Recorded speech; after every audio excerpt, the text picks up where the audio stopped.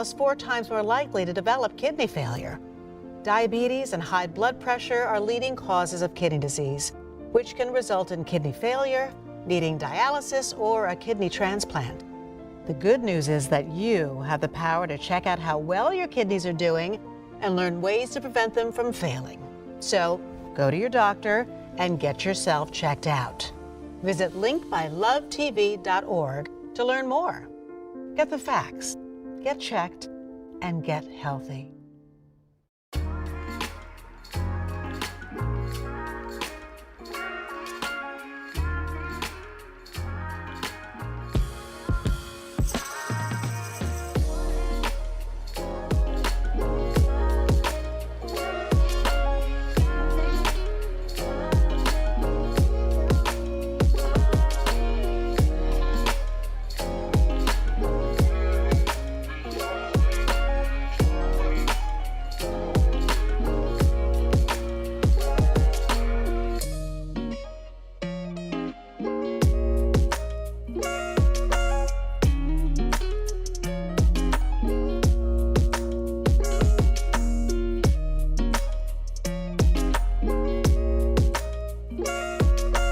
Good afternoon, family. Good afternoon. Welcome home, whether you're listening from your office, your truck, your classroom, your job site, your front porch, or somewhere trying to figure out life. I'm glad you're here because for the next few hours, at least an hour, we're going to do something that normally doesn't happen enough in this world. We're going to have a real conversation. Not a perfect conversation, not a political conversation, a human conversation because we're family. Am I right? The world changes when people do, and that's why we're here. We're here to learn. We're here to heal. We're here to grow. So today, pull up a chair and pick something. Pick courage, pick patience, pick discipline, pick forgiveness, pick accountability, pick faith, love. But whatever you do, pick something that moves you closer to the person you're meant to be. Welcome to the Grapevine. I'm your host, Manan Sabir. The Grapevine, the fill-ins. This is the Truth Radio 101.7. So before we begin, I want to encourage everybody that's listening to pick up your phones, 833-212-1017. That's 833-212-1017. I will repeat that again.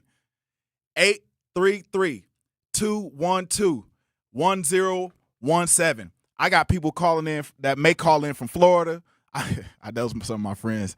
And then also I got some family members and cousins. I got a lot of cousins, a lot of family members that may be calling in. But I need y'all to call y'all friends and tell them to call in too, because this is a really, really real conversation. Today we're talking about reckless driving.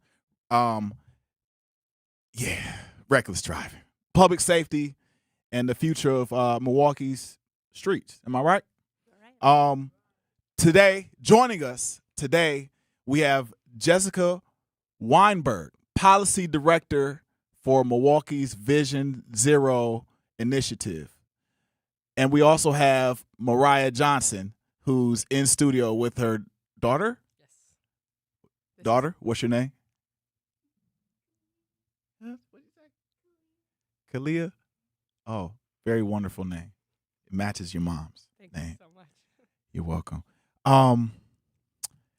Yeah, we are in the building. We are in the building, and this hits home. I have a story I want to tell you about, but I'll talk to you later about it on air. But we're going to really have a real conversation. So, real quick, or not, who is Jessica outside of work? I'm a person that loves to explore cities, walking and biking, and I want everybody else to be able to do that too. I think cities are these really cool places where everybody's kind of close to each other and cultures rub off on each other. We get to know each other, and I like to explore that, walking, biking, and feeling safe to meet your neighbors. And that's who I am on the outside of work. So you and I'm lucky I get to bring a little bit of that to work. You wear those Hoka shoes. Hokas or Birkenstocks, you got me. Hokas or Birkenstocks. Okay, Birkenstocks. What led you? People are wearing Birkenstocks to proms these days. Yes. They're everywhere. You would be surprised at what I wore to prom.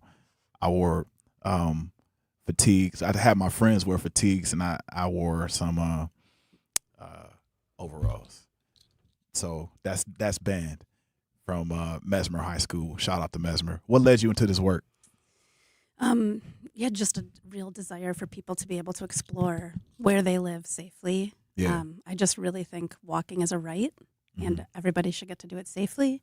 And I started in that area, and now I'm expanded all to trying to have nobody die from traffic deaths, because this is like the most unfair, preventable way for anybody to die. It happens way too much in Milwaukee. Mariah, knows this more than anybody, and sadly her daughter. And there's things we can do about it. We can change. We can make changes that'll save lives, and they'll actually improve our communities. It's a real win-win, and all we have to do is slow down and make some change. Yeah, we do definitely have to slow down. Who did you bring with you? Yeah, I brought my dear friend and colleague, Mariah Johnson. You all might recognize her from billboards and bus ads and social media. She's a wonderful person with an important story for us all to hear. Hi, guys. Hi. It's your absolute favorite. That's right. That's yes, I report live. My name is Mariah. So are you gonna asking me who Mariah is? Yes, I okay. am. Period. Okay. So I am born and raised in Milwaukee, Wisconsin. I am a mother of 2 beautiful daughters. I am a social media influencer for the city. So you might have seen me around town reporting live with car parts and just talking about different things in the city. But the reason I started doing that is because in 2021, my brother was recklessly killed in a reckless driving crash on 60th and Hampton. Sorry.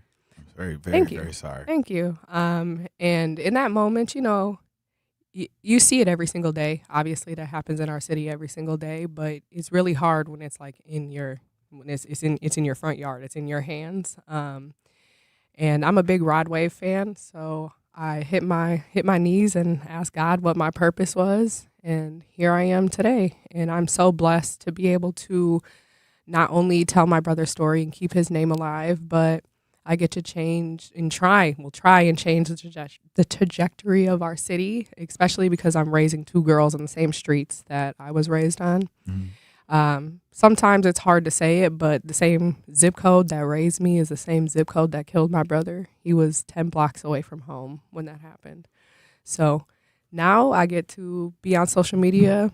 I've made a lot of connections with people in the city. A lot of people tell me their story about reckless driving. I get to come and do interviews like this, and just I've been on billboards and buses as well. So yeah, that's who I am. I'm fun, I guess. No, you're not. You're not just fun. What? Give me your brother's name. Gerald Wellinger. Give us your brother's name. Gerald. Gerald Wellinger. Mm-hmm. How old was he? 22 years old. 22. You were close. Yes. I was the older sister, so 5 years older than him. You was the headlock giver. Yes.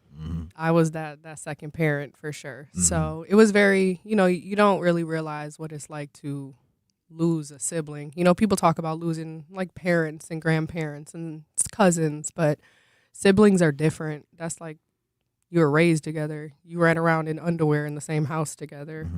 It's a little different. But Yeah. I'm very blessed to be able to continue to say his name, continue to tell his story, and this is a dream. I love you guys so much. The truth is something that I've been following for years. So to be able to sit in this room and be able to say his name on this radio, I know what my purpose is. Truth Nation, we're in support of you, but also in light of your brother. We want to, bring him to the ancestry forefront. So, peace to Gerald. Thank you. Jessica, thank you for bringing this to attention, being behind this initiative. I guess before we get into like the policy and everything, for listeners hearing Vision Zero, what exactly is it? Yeah. Vision Zero is the concept that we should have 0 traffic deaths, and that should be the only goal we accept. I'm sorry. You good? Let me get some water. I have water. I'm just not used to the headphones. It's Oh, freaking okay, me okay. out. You guys No, it's are all pros. good. So yeah, Vision Zero is a worldwide movement to Yeah. try to have zero traffic deaths, and that really needs to be the goal that we organize around and we build towards. Mhm. In Milwaukee, we've had 80, 90 people killed per year. That's consistently. Well, since a little before the pandemic and a little bit after, but because we've taken this Vision Zero approach, which is layering multiple different interventions, we are changing how streets are designed. We're advertising to people to slow down. We're working with the police to ticket the most egregious behaviors. We're doing education in the schools that's prevention focused. Doing all those things together, we've seen fatalities in the city go down almost 20% in the last year. So that's almost 20 people whose lives were saved. And I just really commend Mariah and other people who have been directly impacted, who have stepped forward and for years have been saying, let's do things differently. Let's see the changes we need. And it took some time, but the city adopted a Vision Zero goal. That was the mayor's first action when he was in office. Our Department of Public Works and all these different entities are extremely focused on safety. And so I just hope when people, you might drive in the city and be like, oh, it's a little harder to make a right turn. I'm having to slow down a little bit more. You are. And that's because that helps us save somebody's life. And it really is that serious. It sounds corny, but it is that serious. How serious is reckless driving in Milwaukee right now? Yeah, and it's decreasing, I think overall, looking at our fatality numbers, it's going down. And everywhere we've put in traffic calming, we see significant declines in both speeding and crashes. Traffic calming means what, though? Yeah, so traffic calming means putting some things in the road that encourage people to go slower. The bump outs. Everybody complaining about. Bump outs, The speed bump outs. humps. Yeah, Yep. I think they were just speed talking about bumps. the bump outs in the last segment. Like, hey, man, people are, with bump outs. Yeah, we're preventing the Milwaukee slide. Yeah. Because That's what it's called? That's a super easy way to kill people. Yeah, going around Tipping. everybody. It's called it's tipping. You be Tipping, yeah. Milwaukee slide. Yeah. But I know they call it like baselining sometimes. Baselining. Mhm. Yeah. Yep. All those things. So when we have, big wide streets that were built for a growing Milwaukee with a huge industrial base and tons of trucks going everywhere, those streets made sense. Now we don't have these factories. We don't have all the trucks. We have less population, sadly. And we have less population in Milwaukee. Yeah. Than we did Okay. in the 70s when a lot of these really wide roads were built. Yeah. And more people drive. So the roads are kind of more open, and Yeah. that lets you go too fast. I think let's highlight that point because Milwaukee. I think Milwaukeeans don't realize how wide our points are, our streets are. Right now, we're going to take we're going to come back. We're going to come back to Mariah and Jessica. I got so much to talk about. Gosh. Okay, let's pay these bills. I want to pay some bills. If you got something to say, tune in to the Truth Radio 101.7. The Great You and the Grapevine with Manon Sabir. I'm trying to hold back my enthusiasm, but no. Call in 833-212-1017. Hit us on the chat. We are going to really talk about this topic of reckless driving. Hit us back. Hi, I'm Priscilla Presley. My love for animals began when I was 5 years old. That sparked a lifelong commitment to speak up for animals who can't speak for themselves. Elvis and I supported American Humane Society because your compassion can change a life. American Humane Society strengthens the bond between humans and animals. Please visit AmericanHumane.org to learn more. Thank you. Summerfest brings the biggest names in live music to Milwaukee's lakefront across 3 unforgettable weekends, including performances from Ella May, Post Malone, Don Toliver, plus The Roots, Gene Dawson, Rev Run, Flo Rida, and more. Don't miss Summerfest, presented by American Family Insurance, June 18th through 20th, June 25th through 27th, and July 2nd through 4th. Get tickets now at summerfest.com. Teachers are dynamic leaders, shaping a new generation. They bring a variety of perspectives from diverse backgrounds, innovating how they teach to prepare students for our fast-changing world. Achieving this takes skill and expertise. They're tireless explorers, creatively discovering a universe of solutions, telling stories, experimenting, inspiring, mentoring, connecting cultures, and connecting with each other, leading by example. Experience the unique joy of helping students thrive. Teaching is a journey that shapes lives. Are you ready to begin?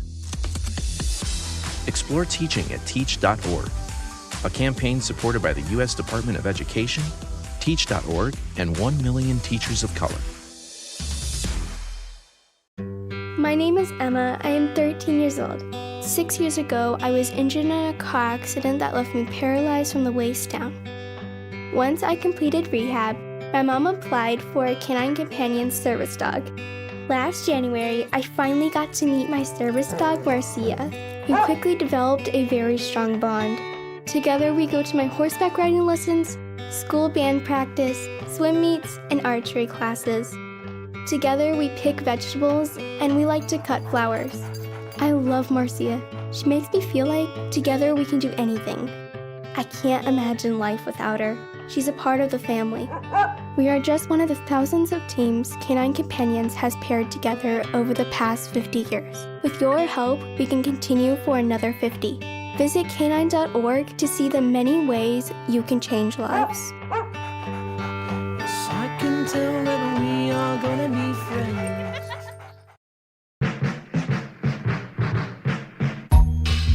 Yes. Now we're back. Hey, look, back to this story. Listen, I didn't know, and a lot of Milwaukeeans don't know that these streets were made for industrial purposes, right? Yeah, no, our city has a long history, and the transportation system is always kind of built around the projected needs or the current needs. So we started out as a little village with streets made for wagons and people walking everywhere. But as things grew and we became an industrial powerhouse, wide streets that were good for semi-deliveries were really important. We had a lot of train traffic, too, to serve those industrial uses. And for a long time, Milwaukee was growing. For like 100 years in a row, we were growing. Yeah. But with deindustrialization, our population started to decline. Yeah. And then, the amount of vehicles that really needed those sorts of wide roads decreased. And now we are left with, very wide roads, Teutonia, Capitol, Fond du Lac. Yeah. Fond du Lac was supposed to be a highway that cut through Milwaukee up until the Johnson Park residents fought against that cut through. Right, and that's such a big community win. Unfortunately, the road still operates almost like a highway. Yeah. And so it is on our high injury network. An important thing in Vision Zero is that we look at all the crash data to make decisions, and we put all this most serious injury and fatal crashes. We map those and figure out those streets, and then we want to target those streets to make changes. So Fond du Lac, no one would be surprised, is really high on that list. Yeah. There's so many injuries and deaths on that road, but the state controls that roadway. So the city is very limited in how we can make changes there. We really can't. It's a state roadway. But in places where we are in charge of the road, or if we can really work with the DOT to make changes, like on Capitol, that's actually a state road. But we thought we absolutely just had to do something with those extra lanes. And we did the bump outs, and they've been really successful, and they've reduced injuries and deaths. So you have a family, cousins, aunts, wherever you're coming from. You're traveling on Fond du Lac. Outside of Jessica and Mariah being in this position, you're traveling on Fond du Lac. You get passed by somebody who's kind of baselining, whatever, tipping. What was the other one? Milwaukee Shuffle, sliding. I'll make sure. But then all of a sudden, you see this and you want to do something. And then when you're trying to do something, you think about policy, and I hear this a lot. I hear, city of Milwaukee needs to do something, but we're bound by these controls of, the state of Wisconsin. Where's the disconnect? Why can't the state of Wisconsin say, all right, we're just going to put some bump outs or whatever it is you're supposed to do on Milwaukee streets. You can do it on Fond du Lac or do it on some of these other state-controlled areas. That is a tough question to answer. I like the tough questions to answer. I will say the city has been able to form a really good partnership with the state on a few projects, specifically National Avenue right now is a good example. Yeah. Capitol is one where people should get to park on one side of National and go visit a business and feel safe walking to the other side to go to that other business. Yeah. And that's what is going to happen with the new design there. And so it'll be hard during construction, and nobody knew all these bridges were going to go out. So that partnership is possible. But I do think, the state DOT just at a very high level is more concerned with interstates and fast moving vehicles, and they don't have that many miles of roadway that are city roadways. So it's just not their specialty. And we just need to continue to build that partnership. We can make change together. It's just a long, hard road. But if we're committed, we can do it. And I do think you can talk to your elected state representatives and say, you represent me and you will help oversee the Department of Transportation at the state level. Why isn't it meeting the needs of me and my community? Right. Or run for office and try to make those things happen. Yes, that's right. Hold on. Give me 1 second. Let me make sure.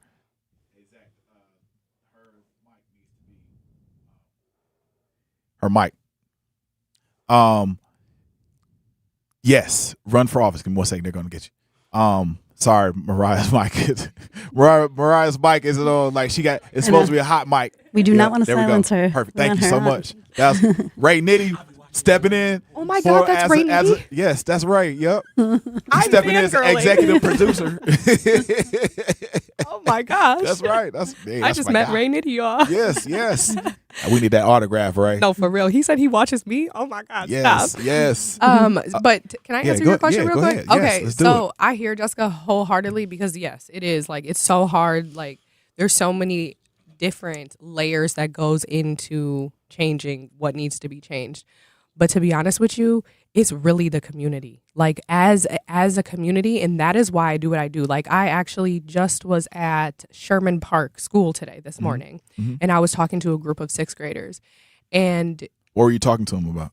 Reckless driving. And the beginning of their they're sitting there, they don't want to hear me. Then I really get into the nitty gritty of why I'm there, and to just see their faces change. But to hear these youth talk about how they see the adults doing things around their community, and they're just raising their hand. They want to talk about it. These kids want to talk about it because they see it every single day.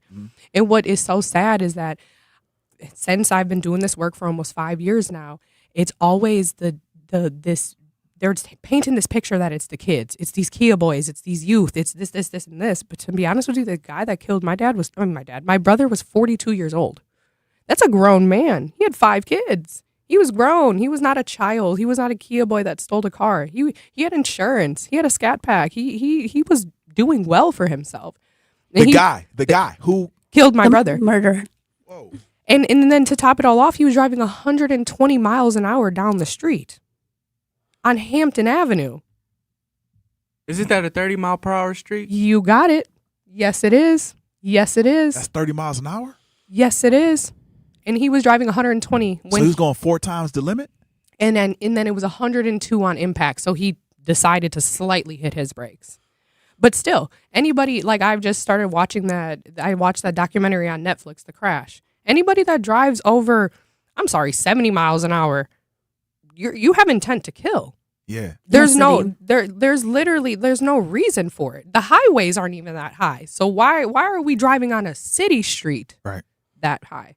So it's yes, the lawmakers can help. We're changing the streets, but we need to have the conversations. We need to really talk as a community and be like, hey, brother, hey, cousin, why are y'all driving like this? Why is we always say, well, that's the nature of Milwaukee. Why is that the culture? And why is that the nature of how we drive around the city? Why can't we change that? Why are we continuing to show up the same exact way? So, I've been around the world, and I've seen reckless driving in Milwaukee. I used to live in a place where driving isn't driving you see people from different countries driving on this road. So in Miami Beach, Florida, different cities, like you get cut off like every day, right? But you don't see. In coming back to Milwaukee, I was scared. I was more scared driving coming back to Milwaukee, driving here than driving down there. And there's plenty of accidents, a lot of them. But it's only majority of them are based around not reckless driving, but people who don't understand the traffic laws. So and if you're going slow, nothing bad happens. Right, exactly. Like we'll have some, property damage if you're going slow and I cut you off too quick, with too short of a window. But if you're going over 40 really in a city, if you hit a pedestrian, like they're just going to die. And so really going under 40, under 30, these are really good things for the people around you. And that's where we try to focus on, like, how do we change these crashes so that people aren't hurt? And property damage is always better than someone losing their life. Because like accidents happen. Right. And that's the one thing that, like, I'm so thankful for Jessica, because she really changed, like, the way that I think of my brother's crash, because accidents are accidents, but driving over 100 miles an hour, that's not an accident. That's a crash. And like in the beginning, when I first started telling my story with Jessica, like she had to really like kind of just tell me, like, Mariah, that wasn't an accident. And I was just like, you're right. Like, we have to change our mindset behind it's just, oh, it's a car accident. It's okay. We'll see another day.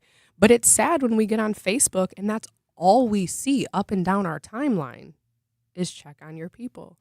But then we do have people like Jessica, and we do have people that are higher up that are trying to change the trajectory of our streets. Like, for example, Cavalier, like to hear that Cavalier, that was one of his first things that he did when he became mayor is insane, because people don't know that when my brother was killed, he personally called my cell phone that night and asked, and because he was acting mayor at the time. So he was very heavily involved with my family when my brother died, and he had not even became mayor. So to hear that, now I know why he handed me the pen and why him and I have such a good relationship. But it's like, as a community, we have to change. We have to.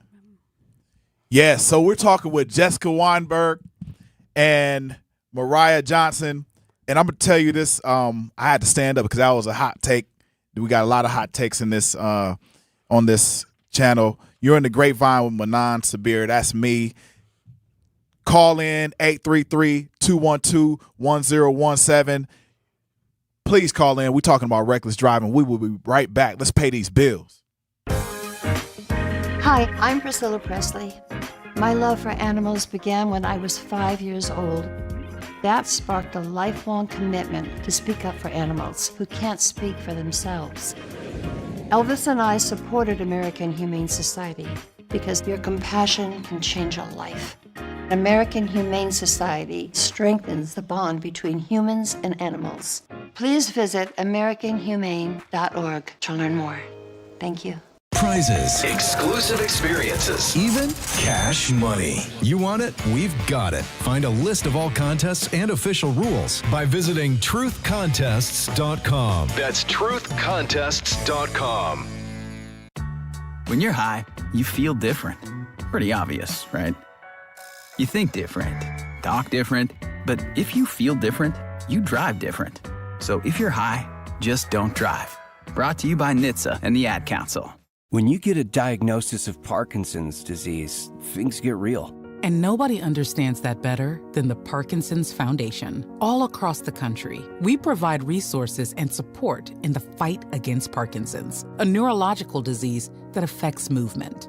The Parkinson's Foundation is dedicated to improving care and advancing research towards a cure. And when you call our helpline, you'll speak to a real person who can help you find the right information. Because while living with Parkinson's can be challenging, there are things you can do to improve your quality of life. So, whether you're newly diagnosed, have been living with Parkinson's for years, or caring for a loved one, When Parkinson's gets real, find real answers at the Parkinson's Foundation. go to parkinson.org or call our helpline at 1-800-4PD-INFO, 1-800-473-4636. The Parkinson's Foundation. Better lives together. Watch and listen to The Truth with Sherwin Hughes weekdays 9 a.m. to 12 p.m. Sherwin's the king, or the airwaves king. There's some things I want to highlight that we may not be cognizant of, and I know that some of y'all are going to take issue with what I say, but I'm going to be factual and I'm going to be objective about it because they are still hard at work to make sure that we die fast, we live difficult lives, we make less money, we have less access to healthcare. Ladies and gentlemen, that's not just some random occurrence.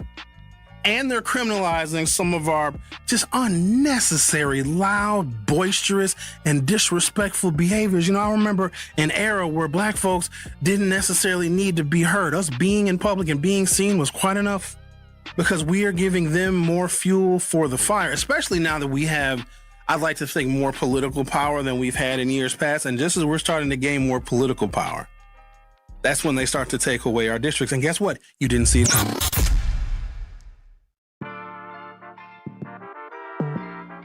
Yes, we're back with Mariah and Jessica. Jessica works for Vision Zero. Thinking it sounds unrealistic, why aim for zero? It's the only thing we can do, you know. Who wants their daughter, their child, their mother to be the person that we decide is okay to die on our roads? So our goal has to be zero, and it's still valuable, even if we are not yet at zero. We are making progress. We are saving lives every year. And that effort of getting towards zero, it's saving lives every year, so it's worth doing. And we have a goal of 2037 to achieve zero. That's what the city of Milwaukee has put out publicly as a policy and is making investment decisions around. And it really comes from the huge groundswell of community voice that came out and said, we have to do something different. Too many people are dying on our roads. Please, please, please change this. And the Coalition for Safer Driving was formed out of a number of local neighborhood organizations. And they realized that adopting Vision Zero as a policy was like the systematic way to try to have a lot of change happen. And so they were successful in their advocacy campaign because of what they were hearing in the communities. And now the government, the city has adopted it, and we're working really hard on it. But again, it is like all based on community desires, community voice. When we do surveys and ask questions, 80% of people who take our survey say they want to walk and bike more, but it doesn't feel safe. 50% of people say, I'd like to explore traffic safety cameras. Yeah. Could that help us in our community? So people really do want to see more. We might hear the loudest complaints about, that speed bump makes me slow down, that bump out makes me slow down. But they're supposed to make you slow down. I know that can be like kind of harsh to hear, but that is our goal, is that we need to just move a little bit slower in a city where we want kids to walk to the park. We want moms to be able to cross the street to the grocery store and push their stroller and feel safe. And those are the benefits we get when we create a place where everybody, no matter what mode of transportation they have, can get around safely. So you shouted out community. Which community organizations were a part of that coalition in order to bring about this vision? Yeah, so a ton, but like Sherman Park, Northwest Side CDC, Layton Boulevard West, they just changed their name. Yeah, they did. Sorry, that's no, it's all good. Yeah, I don't know it either. And then OCWS. Oh my God, who does driver's license recovery? Taffy's organization. Hey, you guys. Community Services, Wisconsin Community Services. They're a partner. The list is long. I can't remember everyone. No, it's all good. You don't have to remember everybody, but I want to make sure that everybody who is from those organizations, and also if you are listening, please hit us on the chat. We got a few people in the chat. We're going to go to the chat right now, but call in 833-212-1017. We're talking to Jessica Weinberg and also Mariah Johnson. We got our baby in the studio. This is the Grapevine with Manon Sabir. Let me ask you. We're going to go to the chat. On the chat, we have Reginald, who said, peace and blessings upon Manon, our host. Thank you. I appreciate that. I had to read that real quick. The people need, LaRon Taylor, 9076, said the people need to change. There needs to be stiffer penalties and or jail time for reckless driving. No more bump outs. Save that concrete for the potholes.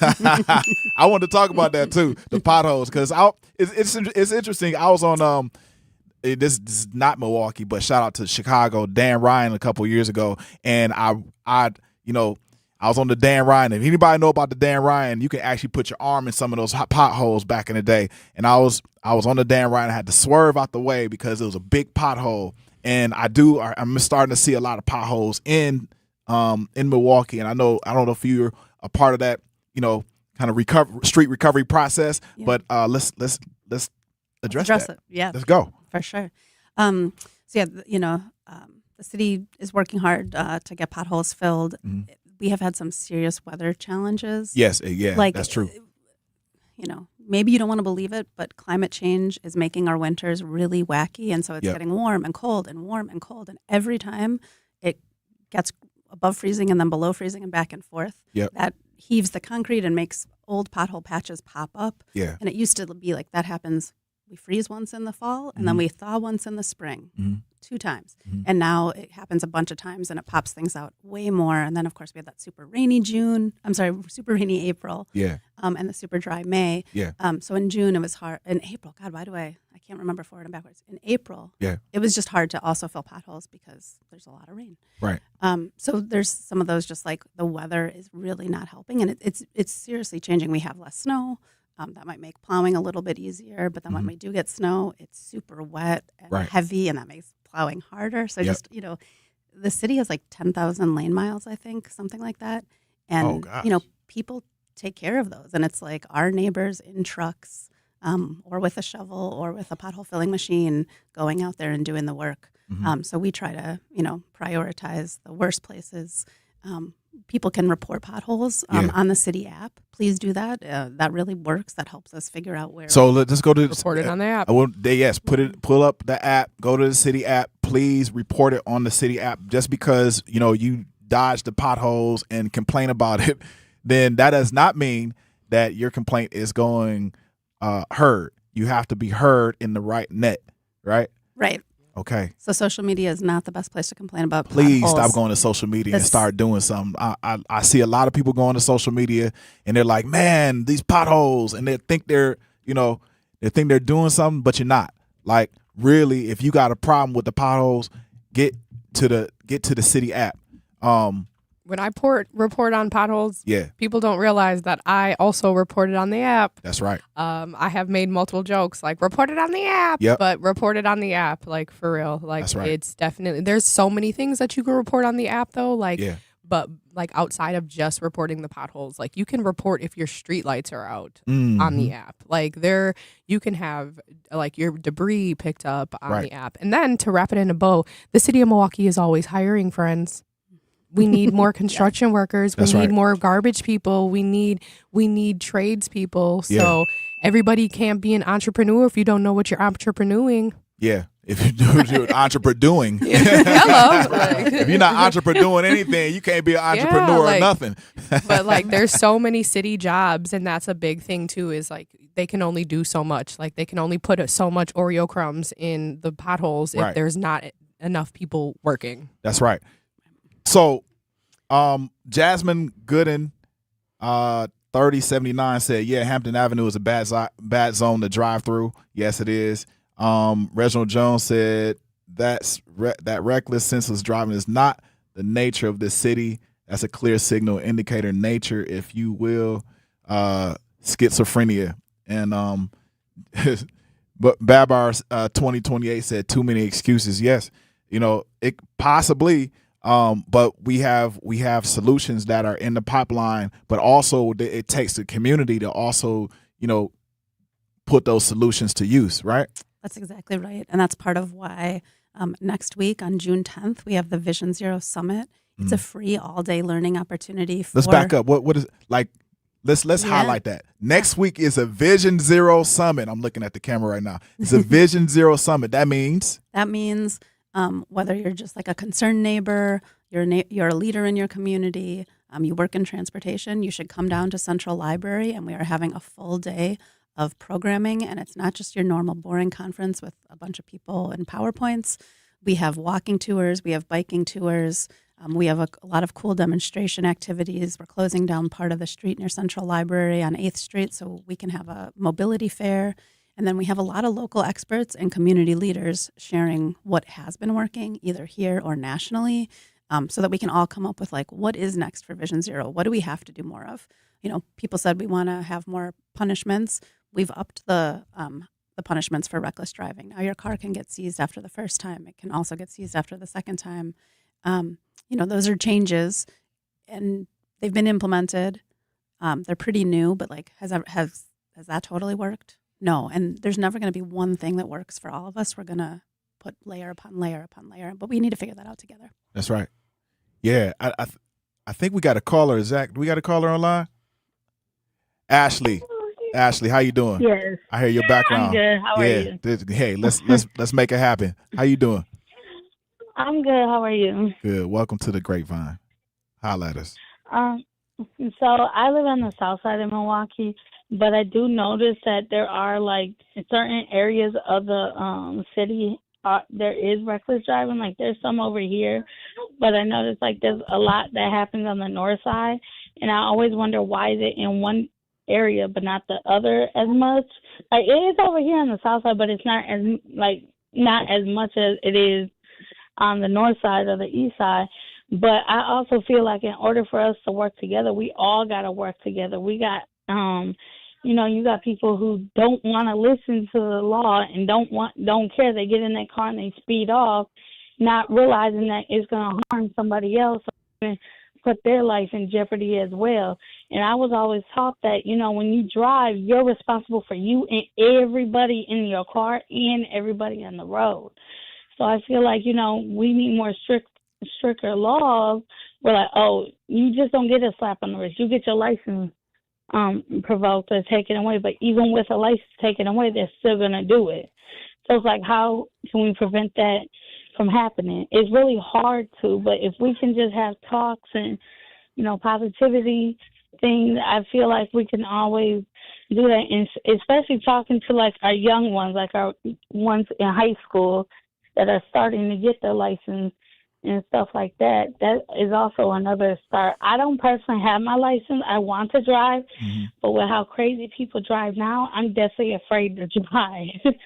Like, I'm scared to drive, and I'm like 37 years old. Ooh, yeah. We'll pick you up on the way to work, Truth Nation. You can come down and work with us. You can get the bus to the studio real easy. The bus and the Uber. Yeah, that's what you got people to drive you. Thank you, Ashley. I really appreciate you for calling in. We're going to address her comments after we pay some bills. I want to tell you, please call in 833-212-1017. This is the Grapevine with Manan Sabir. That's me. We got Jessica Weinberg, Mariah Johnson, and Kalia in the building. Thank you. Let's get it in. Let's pay these bills. Our children deserve a real chance to make it in life, and a good education is a passport to opportunity. At City Ford Collective, we're working to make sure there's a great Milwaukee school for every Milwaukee family, because more good options lead to better outcomes. And who doesn't want that? Together, we can give every child the foundation they need to thrive, and a stronger future for kids means a stronger future for Milwaukee. To learn more about our mission, visit us at cityfordcollective.org.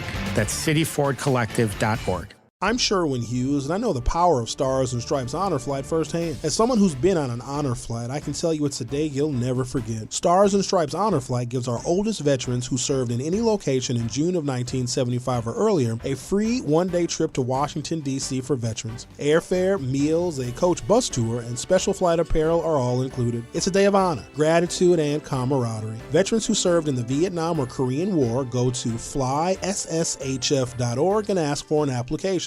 At UW Credit Union, our home loans have everything you need for your next big step, including up to $750 off closing costs for all home buyers. And first-time buyers can save even more. So if you're ready to trade roomies for more room, or your townhome for an out-of-town home, UW Credit Union will be with you from start to furnished. UW Credit Union. Apply online today. Equal housing lender. Credit may be limited as required by program. Visit uwcu.org for details. At UW Milwaukee, students don't have to wait until college to start building their future. Roar Ready lets students K through 12th grade join in hands-on programs across campus. From science and tech to arts, sports, and more, students try new things, meet new people, and build skills that matter. Programs are led by UW Milwaukee faculty, staff, and current students. And it's easy to register online. Get started today at uwm.edu/roarready. UW Milwaukee. Roar Ready. Your child's future starts here. You've been diagnosed with COPD, but breathing seems to be getting harder.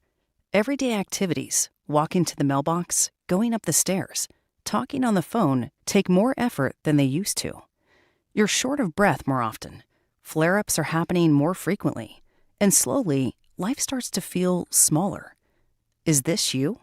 If your COPD symptoms are getting worse, there may be options that can help you breathe easier and get back to doing more of what matters to you. That could mean walking further, spending more time with family and friends, feeling more confident leaving the house, and getting back to the life you want to live. If your COPD is changing, it's time to have a conversation with your doctor. Visit the COPD Foundation website at isthisyoucopd.org to learn the signs of severe and worsening COPD and the right questions to ask next. Take action today. Breathe better tomorrow.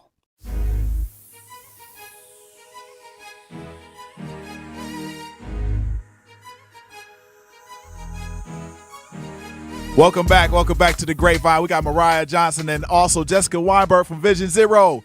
And we got Kalia in the building eating the apple. That's the Grapevine. You just kind of pick the fruit and just eat it. You know what I'm saying? So I'm Anon Sabir, and we're talking healing today. We're going to heal the streets or work to heal the streets. Tell me about the Vision Zero Summit. Yeah, so the Vision Zero Summit's on June 10th at Central Library in the city of Milwaukee. We're going to be in the Centennial Hall area, which is off of 8th Street. You can find a lot more details if you visit the city's Vision Zero page. Just Google Vision Zero Summit Milwaukee. You'll find it. And there's a lot of healing that's part of this event. So we're going to open the morning with some poetry from a woman whose husband was killed while he was crossing the street, and she wrote poems to deal with that here in Milwaukee. Then the mayor's going to talk. We're going to have an author who wrote a book. She's from Seattle. She is a low vision woman who has to get around without a vehicle, and highlights to us that like a third of Americans cannot or do not drive, and they deserve to have safe, easy transportation as well. And then we're going to break up into like a bunch of different groups. There are some special events for people who have been directly impacted. If, like Mariah, someone you love has been killed or you've been injured yourself, we have sessions that day specifically for that, as well as a special workshop the day before. And if anyone wants to sign up, you could email me, jwineb@milwaukee.gov. Maybe that's a bad way to do it. Maybe put it in the show, We'll put it in the show notes. jwineb at milwaukee.gov. jwineb@milwaukee.gov. So on the 9th, that day before, we actually have a full day workshop for people who have been personally impacted and want to really get active in seeing change, and we want to help them be able to do that. The 10th, though, is our main event. That's for everybody. It's free. Hundreds of people will be there. When you register, you'll get free lunch. And then there's just multiple opportunities like throughout the day to have different learning experiences. Go for a walk and see the recent changes to downtown and Valar Phillips Plaza and like how beautiful a former parking lot can be now that it's turned into a park. Mm-hmm. Go for a bike ride and see all the new protected bike lanes. Go for a ride on the Connect One and learn about like how bus rapid transit is different than normal transit and how can we have more of that, and just learn from each other. So the community will be sharing what's working and brainstorming ideas, and then lots of experts will be sharing some lessons learned from other places. I think that's like an overall summary. Oh, and then in the evening, if you can't take the day off to come join us, we have evening programming as well. Mm-hmm. So from 5 to 6, we're having a mocktail happy hour right on the street. Hold on, listen, y'all. She said mocktail happy hour. All right, I think I might guess make juices. So we're having Honeybee Sage actually come too and do. Oh yeah, I'm definitely coming in. Okay, yeah. Excellent. Yeah. Are you still making juices? We have Kumba making juices for for the lunchtime. I might jump in. Okay. I might jump in. We can talk more. Yeah. So yeah, Honeybee Sage will be there for some delicious mocktails from 5 to 6. You can meet the authors who will then be speaking at 6:30. 3 different national authors who are in town for this event are doing an evening reading. You can ask them questions. They all have really different perspectives. One is a low vision woman, Anna Zieverts, who I mentioned. We also have the poet locally who wrote a whole book of poetry about losing her husband and becoming a widow unexpectedly. And then Jonathan Stalls, who wrote a book about kind of the meditative power of walking and that it's like really good for your soul and for us connecting to each other to walk. So very different perspectives on like why transportation safety matters and why being a pedestrian's important and needs to be more valued in our culture. But come on, join us, have fun. Say the date again. June 10th. June 10th. That's a Saturday. No, it's a Wednesday. It's a Wednesday. Perfect. June 10th, a Wednesday, all day programming. You can register at Vision Zero, City of Milwaukee. Just Google that. Vision Zero, City of Milwaukee. Please Google Vision Zero, City of Milwaukee, June 10th it's a Wednesday. So please come out, especially if you've been impacted by our reckless driving. It's highly important. It really is. People coming together is the most important thing.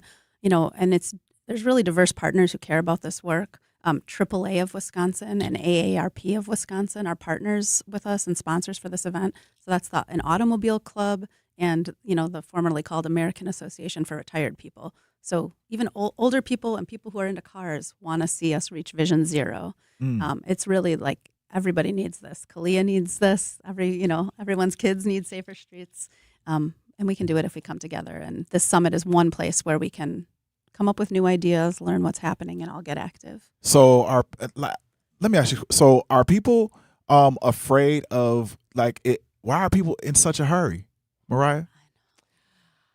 I think, one of it is, I just think that's how everybody drives. So I feel like sometimes people are just keeping up with traffic. But I also feel like people don't take the time to leave a couple minutes ahead of time, so they're not rushing. But I also feel like I have it tattooed on my body, actually. Fast life. I think that that is a very, very big culture in Milwaukee. It's just like that fast. But Milwaukee's slow though. It's not. Milwaukee is a slow city. It's not. Man, do y'all watch the trends? Y'all, the bar could be popping one day and 2 weeks later it's shut down. Milwaukee is fast moving, fast paced. I would never classify us as a slow city. Especially for us being such a small city, I don't classify us as small. I mean, as slow. I think it's just always, people are always on the move. What's the next thing? I could think of a Saturday, even just this weekend. I have so much set up this weekend where I'm here. I got to go here. I got to go there. I got to, everybody's trying to get to everybody. Right. And I think that it's beautiful. Everybody supports the community and that. But it's just take the 5 minutes to leave early. Do you think it's the climate? So you know how Milwaukee, we go dormant for 9 months. Yes. And then 3 months out the year, we're like, let's go. Yes. We do there's a give and take, on between March and May, and then was it September and maybe October? There's some leeway in terms of climate. So people are getting a little loose, and then they're trying to get all these festivals out the way, so they're trying to condense them into this 1-3 month spot, 90 days to go 8 ham. Yes. I feel that people be smelling themselves in the summer. That's really it. Everybody wants to be seen. Yeah. They want to get, everybody wants to step out and be seen. So I think that's but I definitely think the stir crazy of the climate. I just remember just last week I was standing downtown and I was just standing out there oh my God, I feel like I haven't had sun in months. That vitamin D. Yeah. It's just we don't get that often. So I think that definitely has something to do with it. But yeah, and to bounce off of Jessica, the summit, I really want to give Jessica her flowers right now if I have that opportunity. Yeah, we say seeds. We say seeds around here. Because she's seeds growing. grow. Yes, I love that. I love that. Yeah, we don't do no flowers. Because they die. That was a good one. I like that. Jessica, this is her brainchild. The summit is her, I remember her coming to me and saying, I think we should do a summit. And to watch her really produce this and have over 300 people already signed up is huge. And Jessica found me on social media and said, hey, you want to come out and work with me? Yeah. And I'm so blessed to be able to come out and tell my story, and then to be able to work. Like, I'm at the summit. I'm actually going to be working on a workshop with some other people, Right. and, like, another person from the city, and then somebody that is from Families for Safe Streets, which is a global organization that we work with. And then I just want to throw this in here too. Yes. I did write my own workshop as well. I work with a lot of teenagers, but since the school is ending, I've been hosting them at the library for free. So I'm actually hosting one tonight at the Capitol Library. Capitol Library. Everybody know where it is, right across from the McDonald's. Cap. Y'all, yes, big cap. No, but no cap. No cap. Yeah. From 6 to 7, and I'm going to be talking about reckless driving, and I'm going to tell my brother's story. And if y'all want to come out and meet Mariah the Weather Bookie, please come on out. Hey, look, I've there's this real quick. There was a story I just encountered probably about 8 months ago when I was just coming in. This lady told me that her mom was hit by somebody that was she was coming out of a driveway of a large building that she's kind of just making a quick run, and her mom was hit by somebody who was going in the same building, but he was driving so fast he could not make that turn into the building, so he was bypassing to go around the block, but he was going at least 80, she said. And mom survived, but praise the Lord. But she is she's very much in pain right now. And so this is my call to action for y'all. I'm not going to say it, but you are. Drive the speed limit. Drive the speed limit. Yes. Yeah.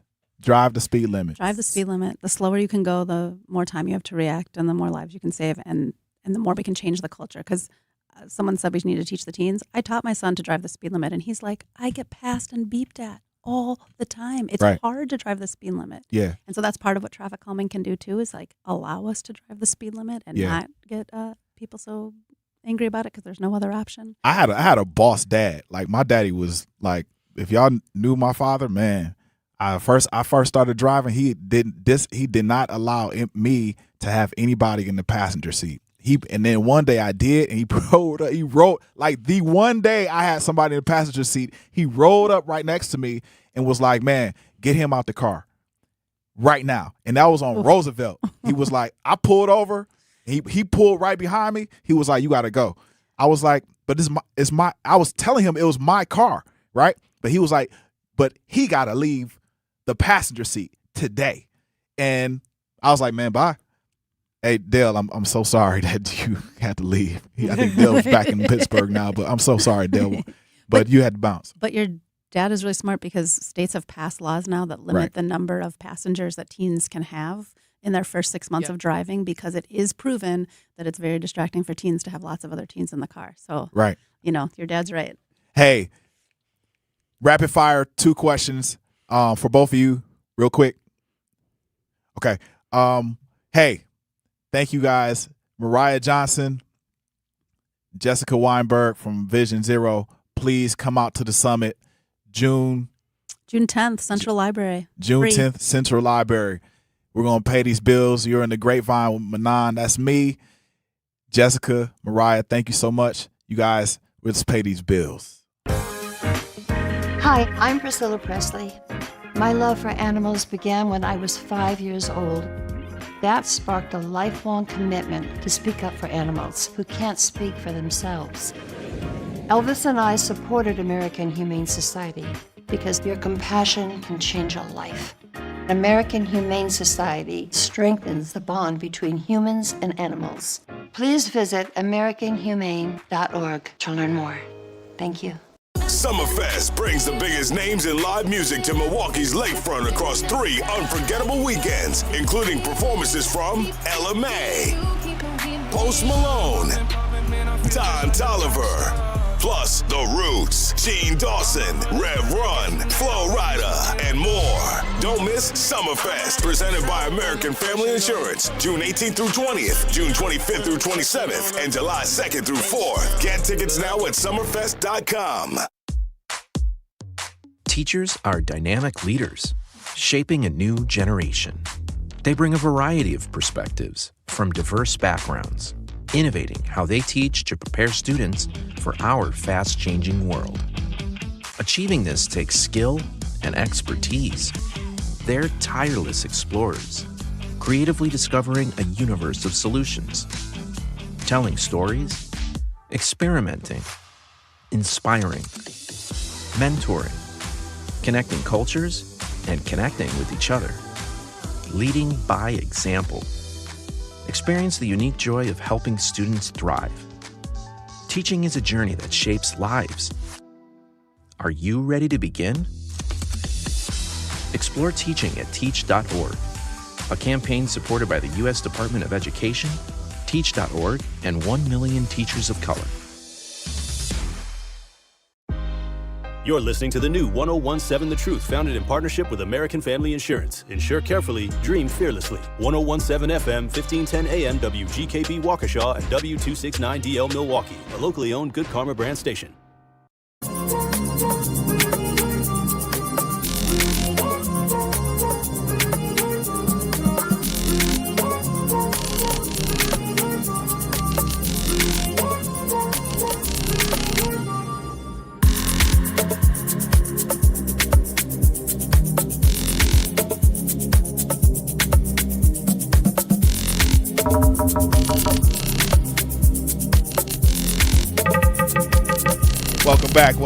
Welcome back to the Grapevine, the Truth Radio station 101.7. Thank you, Mariah. Thank you, Jessica, Kalia. Hey, they're leaving the studio right now. Let me tell you guys about something, man. Like, that was a fantastic conversation about reckless driving. I'm gonna go to the chat real quick because I got to take some time and talk about what we were talking about from the chat. All right, Reginald is always on, man. Reginald Jones, you know what? Shout out to Reggie. Reginald Jones 6402. Man, you know Reggie. We go back like Cadillacs, and Dayton's. So Reggie said, greetings to both of our guests on the panel. We appreciate your presence and input. Somebody said, bus it. That's the truth. Like I think taking a bus is underrated, and taking public transportation is underrated. I think, being is it uncool? Is it not cool to take transportation? And it goes back to me thinking about even our beloved Truman McGee, Funky Fresh Spring Rolls. He was like, man, these gas prices, I'm about to dump my truck. Truman literally dumped his truck. He was like, you know what? I'm going to sell that. Boom, it's done. And then I'm going to start walking it. And then, Truman started walking. And then he was blessed with another kind of vehicle. But in reality, man, he had to start taking the bus and start taking some type of transportation, some type of public transportation. And there's nothing wrong with it. It's absolutely nothing wrong with it. So, we got let's see on the chat. We got what up? Let's see. Brett's Fave 4. Hey, Mariah in the studio. Yes, that's right. Reginald Jones 642. Posted speed limits are firm. That's right. Reginald said there is no high speed driving for the exception of interstate highways. That's true. Pedestrian zones are posted and school zones are posted. Bail and bond limits are posted as well. I'm gonna tell y'all, that's the truth, man. That is the truth. I think we need definite real life concrete decisions based around our city streets. But in the studio today, we got good guy, brother, man. Good brother, man. David Bourne. The What's honor's up, mine. Yeah, This is my first time on Truth Radio. Really? What up, Truth? Truth Nation. What up, Truth? Man, we're about to get into it. Say, what's your name, brother? My name's Keywan. I go by Key. Key. Yeah, man. I called the other day, actually. I was talking about my dad. Oh, and, yeah. Awesome Yeah, guy. you was a precursor to right now, huh? It's crazy how this happened, but yeah, it's just kind of Absolutely. It's legendary like that. This is beautiful. You're a legend. Oh, agreed. Man. Listen, every time I see you, and I think of your dad. Oh man, appreciate it. And it reminds me of this how impactful he was right there on Center Street. That's right. And yeah, just We was how just talking about you out I there. feel like I'm Yeah. obligated to be able to contribute in some way. Yeah. Being exposed to legends like that. So, Oh man, for sure. yeah, we're the seeds just catching this water. There you go. Yeah, there you go. But I mean, you put in so much work. It's crazy. Crazy how much work you put in. The honor's mine, man. I feel like I've made a small indent. Mm-hmm. And maybe I've been at this almost 20 years. Yeah. That's the crazy part. Mm-hmm. Especially starting off in youth organizing and doing that for some years, and then getting a chance to run for office, doing some work at the county level. Yeah. Did some work at the state, then went to the state. So that was like a 11-year run. Yeah. Elected, and I had a chance to do some lobbying. And now I'm running an organization. I'm running Wisconsin Voices. It's a pro-democracy organization. Tell me about Wisconsin Voices. You're here because, Wisconsin Voices. Yeah. I'm here, and Key is on the board as well. One of my board members. We are here to make sure that Milwaukee gets a chance to vote. Milwaukee gets impacted and engaged on these issues that we know will affect the future of our community. So we are about to go really hard for the next, how many days we got left? 5 months until November. Is that right? I said it right? Yeah, maybe I think 4. So. Like, don't ask me about math and months. Math and months ago. Oh, good. I keep a running tally of how many days left in the next election. August 11th. You said August 11th? Yeah. There we go. Okay, August 11th. Well, that's the next one. That's the the next immediate one. next one. Yeah. Okay. November. So we got that's weeks away. But I feel like till November we got some months. So Before we get into that, I want to remind everybody to hit us on the chat. Hit us on the chat. Truth Radio. If you go to YouTube, go to Truth Radio. I got a bunch of people listening. But also they're more likely.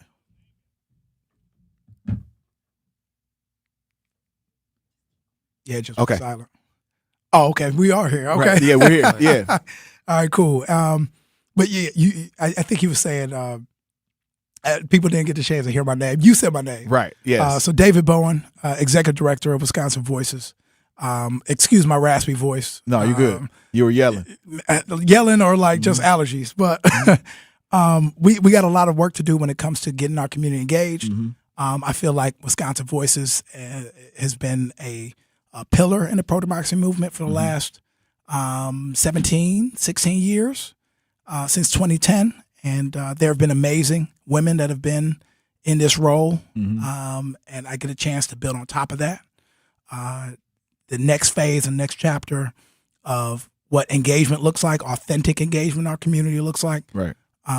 What the education that we know that is critical for folks to know when the elections are, what's at stake, the different levels of government, the different positions that are out there, and how it impacts our neighborhoods, our families, and then also just expanding democracy as well. We know that a lot of people aren't aware when they are not on paper and have had a criminal background and served their time, that they can then vote again. Wait, let's back up, because a lot of people don't even believe that, right? Yep. Like, we got people in our families, a lot of them who come out of incarcerated areas and then, fail to even go walk to the polls to vote. Tell me why. Man, you think about. I'm also I'm on the board for Wisconsin Voices, but I'm the vice chair of the Milwaukee County Dems. I'm the treasurer of the Black Caucus of the Wis Dems. I've been doing this political work since 2020. Yeah. I say that to say a lot of people just could care less. They got other stuff to worry about. People surviving. And truth be told, I get it. So I approach every conversation just like empathy, not necessarily like bashing or like, can't believe you don't believe in voting. Your ancestors, this and that. Like, I get it. So, honestly, this is a personal, like, duty of mine Yeah. to try to change mindsets. So that's what I focus on. Try to connect. Try to emphasize the importance of being at the table. Why is it personal? I would say, coming from East St. Louis. Okay, yeah. You see, hold on, time out, y'all. When you talk about East St. Louis, this, yeah, I definitely know about East St. Louis. I moved when I was 9 years old. Yeah, but you really you remember East St. Louis. I do too. I know Word? about. Oh, Wait, what was your history in St. Louis? Hey, listen, I got some brothers down there, man, that are still down there in East St. Louis and Right. St. Louis, Right. and it's you know, from my personal history, I never lived there, but I've passed through there and have picked up people on the way to East St. Louis as a child with my dad, and we're on the way to St. Louis, picking up people from East St. Louis to go to St. Louis, and or from East St. Louis back to Milwaukee in terms of traveling, man. And the stories that they have are absolutely amazing. Yeah. And I don't even want to go into like a lot of that, but yeah, I'm not going to do it. You can. No, real quick. I love East St. But I moved when I was 9. Yeah. Hindsight is 2020, but I looked into the history of East St. Louis, and it was the 5th largest city in Illinois at one point. They had a race riot back in like 1917 or something, and from there, like the railroads left, and obviously all the white folks got out of there. Not to be. No, you good. And so now it's 89 blocks. I remember when I was growing up, it was I think the number one most dangerous place to live in America. Yeah, And, it definitely was. That was when we were picking up them people to go to St. Louis. Kind of thing. So when I go back, my grandma had 20 kids, so I got plenty cousins. But she just passed a few years ago from COVID. But when I go back, I just see like how I could have and probably would have been, and I just think it's important.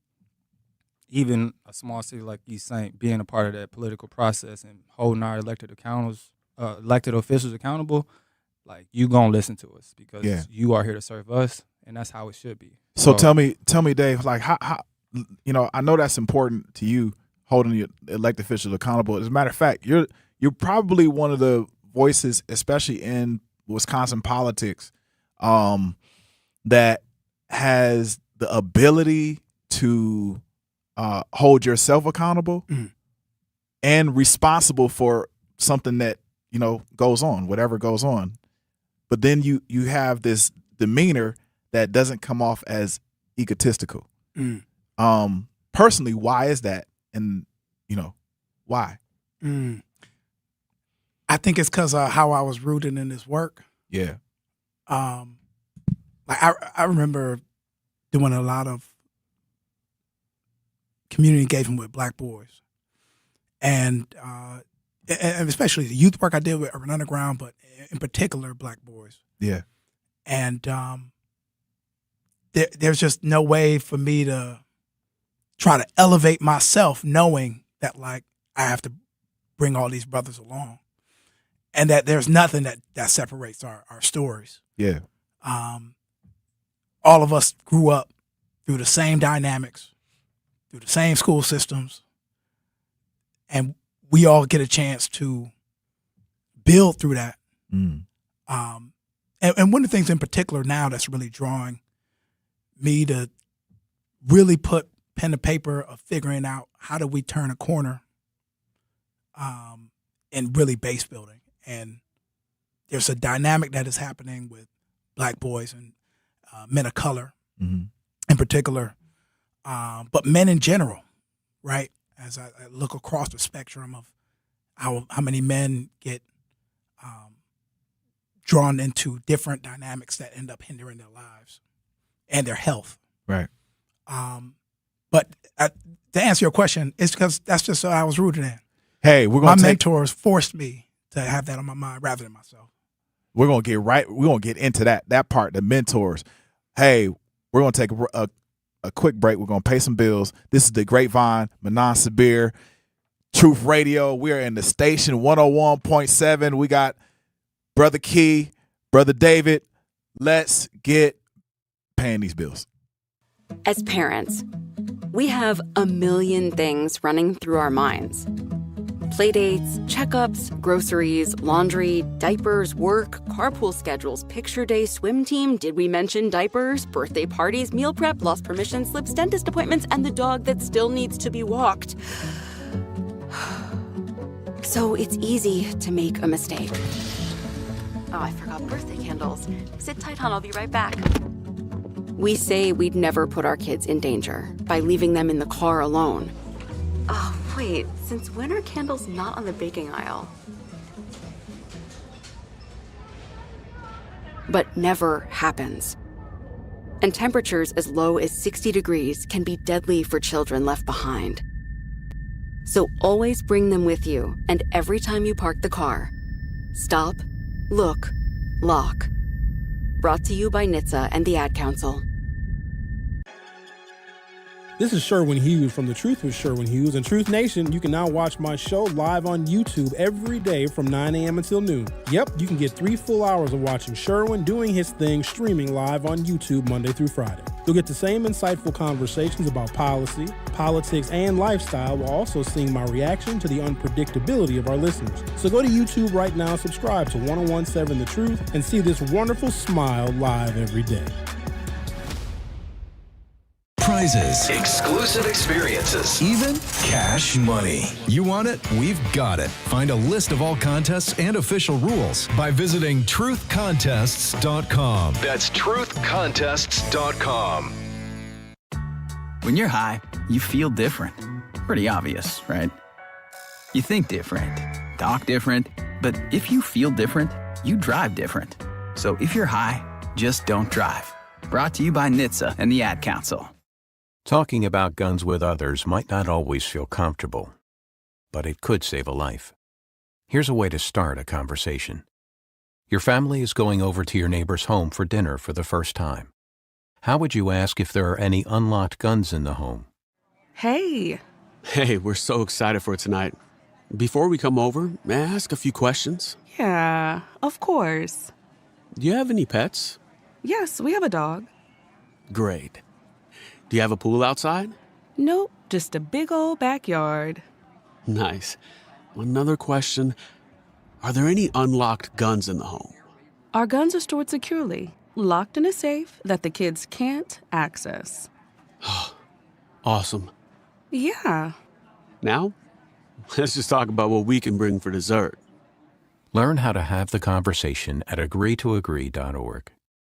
A public service announcement brought to you by the Ad Council.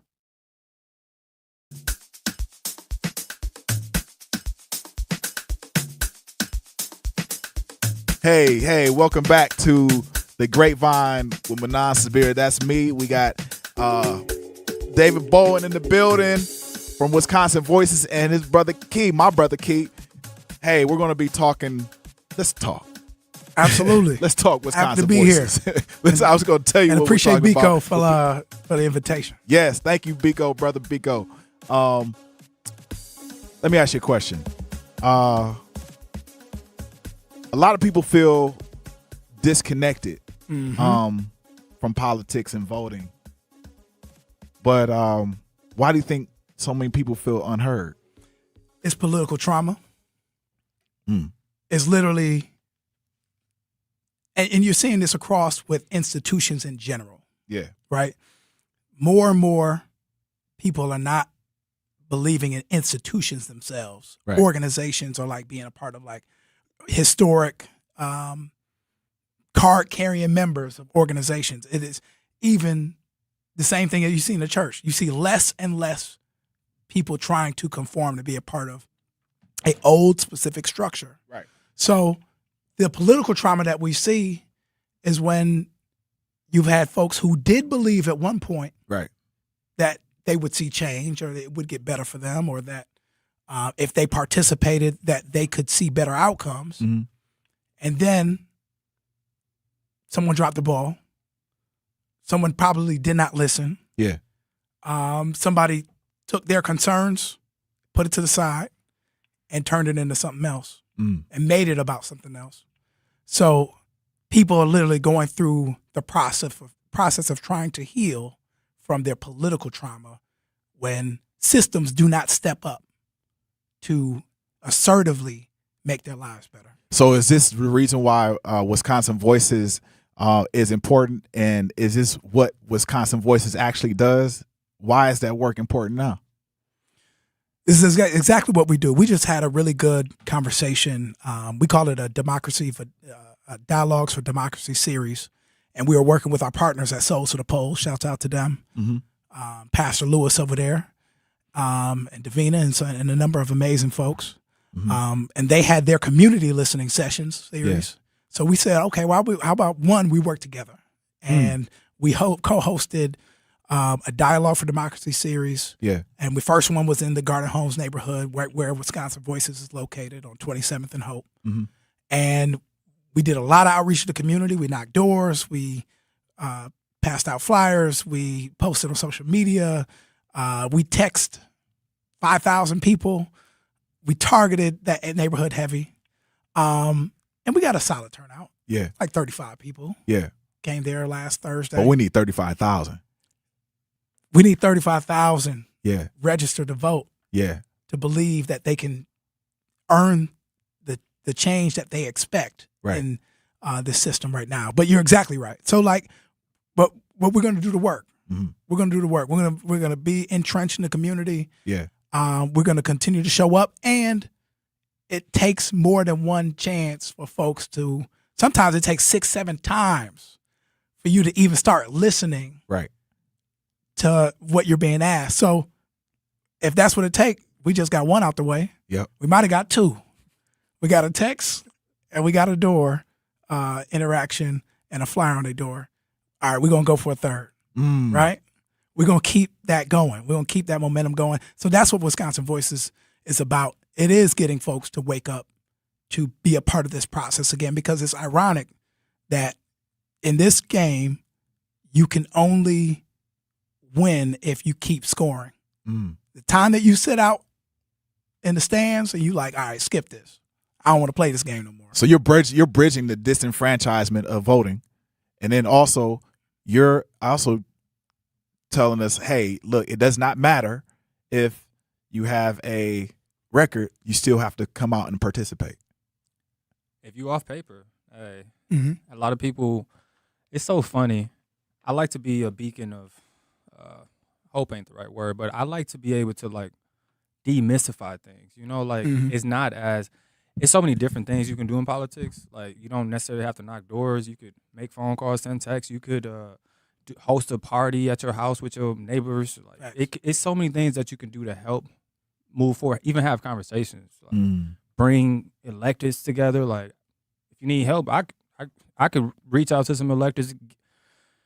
One of my favorite events that I hosted was Barbershop Talks at G's Clippers. Yeah. Had black elected officials in the barbershop, comfortable space. We had food, having stable barbecue. Like those type of events I think are important. Bringing it down to a basic level, having these genuine conversations about how politics are affecting our lives. Right. And if we just sit out, how we got any nerve to be mad at anybody? Like you could be mad if you participate, but if you just don't care, then it's like, well, I guess they can decide to do whatever they want as far as policy goes. So I don't know. I just try to like bring it down to a basic level. Like, try to be and on top of that, we don't tell them who to vote for. Exactly. Not at Wisconsin Voices. Right.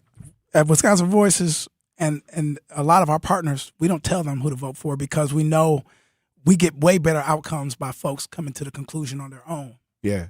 Of like recognizing how are things going in my neighborhood, how are things going in my schools, how are things going for my family? How do I bring this to the grassroots level of like how I am interacting in this system and in this community and what my future looks like? So I guess in that future, what does real community power look like to you? I think real community power looks like folks being heard and their concerns actually being addressed. Yeah. It's pothole politics. Explain that. Explain pothole politics. That's good. That's a Mondani term. Yeah. Right, out of New York. Shout out to Mamdani. Mayor Mamdani. Yeah, we I know some people that are real close with him. Word. Yeah. So the cool thing is, and this is what's funny, it's like this reminds me when I first got elected, and we're at the county level, and it's literally about reminding you that just what you expect to be able to happen. I feel like people treat politics like their car. Yeah. They expect that when you put the key in and you start it, it's actually going to start. Right. When you put it in drive, it's actually going to go forward.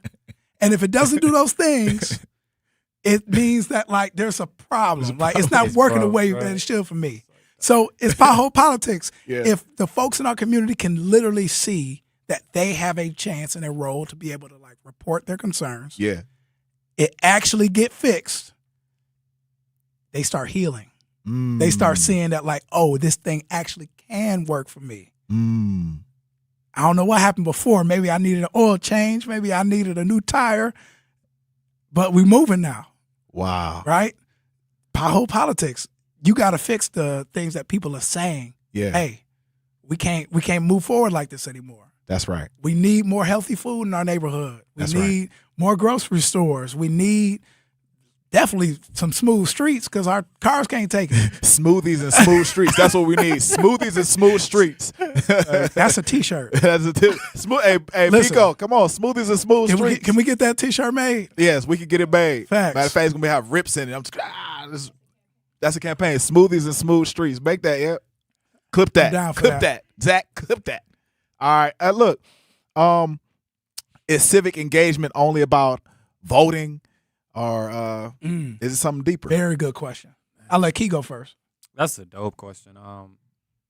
So voting is a piece of it, yes. But it's as simple as, attending common council meetings or like understanding what the county board is about to vote on, or like the NPS school board meeting and being active if you a parent, or if not, I'm a homeowner, and man, them property taxes, that referendum, like personally, I vote for self-interest. So it's like I was mad about the referendum, et cetera, et cetera. So that's just an example. But like being in the conversation, understand what our electeds are doing that's affecting our prices, gas or potholes or you name it. But just understanding a baseline of information of what's going on. It's as simple as how much you want to put towards it or not. But voting is just, that's the day, that's us using our voice. Yeah, at the end of the day. Like but the knowledge to put it, it's like going into a test and you ain't study at all. You had all this time to study. Who's my judge, or who's my auditor, and what are they about? Who are they going against? Putting in a little bit of time, going to get 2 weeks of early vote. Like, there's no excuses. That's right. But I would just say voting is a piece of it, but it's really about being an informed voter. 833-212-1017. 833-212-1017. We have Brother David Boyne in the building, and we have Brother Key in the building. We're going to continue this discussion about voting, like real life voting. Hey, I want you guys to know you can hit us up on the chat, the Truth Nation, the Grapevine, Manon Sabir. Let's get it. Paying these bills. Just want to really congratulate Mech on this very important venture that y'all on right now. I think it's real dope. I think it's real important, and I'm looking forward to listening to y'all. Usually I don't listen to talk radio at this time, but y'all is on here, and it's something that I'm looking forward to listening to, getting some real community on that in that space. Keep texting, keep calling, keep being you, Truth Nation. Milwaukee Black Talk, 1017 The Truth. What's the word, Milwaukee? It's your favorite producer, Mech. Don't just check in. Tap in with Jazz Tyler. Tap in. We are live and direct Monday through Friday, 4 to 7 p.m. And I am your host, Jazz Tyler. This platform is for the youth, the voices of the city. We are here to remind the world that your voice matters. Hit us up, tap in, and let us know what's on your mind, because the time is now. Tap in. Dreaming of owning your first home? Don't settle for a fixer-upper. Build a brand new home with Milwaukee Habitat for Humanity. They partner with first-time buyers to make home ownership possible with little to no down payment and a team that's on your side every step of the way. Even if you're just starting to explore what's possible, they're here to help you take the next step. If your household earns between $55,000 and $90,000 a year, you may qualify. Visit MilwaukeeHabitat.org to learn more. At UW Credit Union, our home loans have everything you need for your next big step, including up to $750 off closing costs for all home buyers. And first-time buyers can save even more. So if you're ready to trade roomies for more room, or your townhome for an out-of-town home, UW Credit Union will be with you from start to furnished. UW Credit Union. Apply online today. Equal housing lender. Credit may be limited as required by program. Visit uwcu.org for details. Teachers are dynamic leaders, shaping a new generation. They bring a variety of perspectives from diverse backgrounds, innovating how they teach to prepare students for our fast-changing world. Achieving this takes skill and expertise. They're tireless explorers, creatively discovering a universe of solutions, telling stories, experimenting, inspiring, mentoring, connecting cultures, and connecting with each other, leading by example. Experience the unique joy of helping students thrive. Teaching is a journey that shapes lives. Are you ready to begin? Explore teaching at teach.org, a campaign supported by the U.S. Department of Education, Teach.org, and 1 million teachers of color.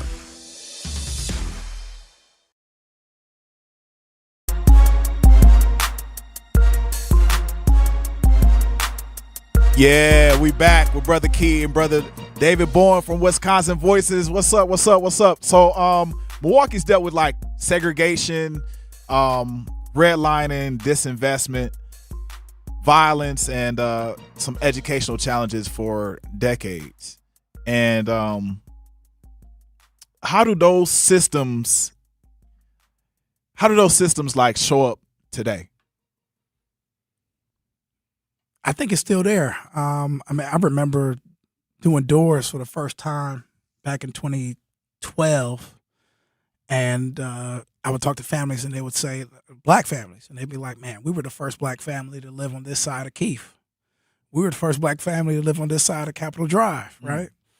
And you can literally feel how segregation and redlining has shaped our community. Mm-hmm. I went to school on the south side for high school. I went to Tech House. Okay, yeah. Bradley Tech now, but Milwaukee Tech. And literally taking the bus from the north side to the south side, you see everybody change from the bus by the time you get to the south the buildings.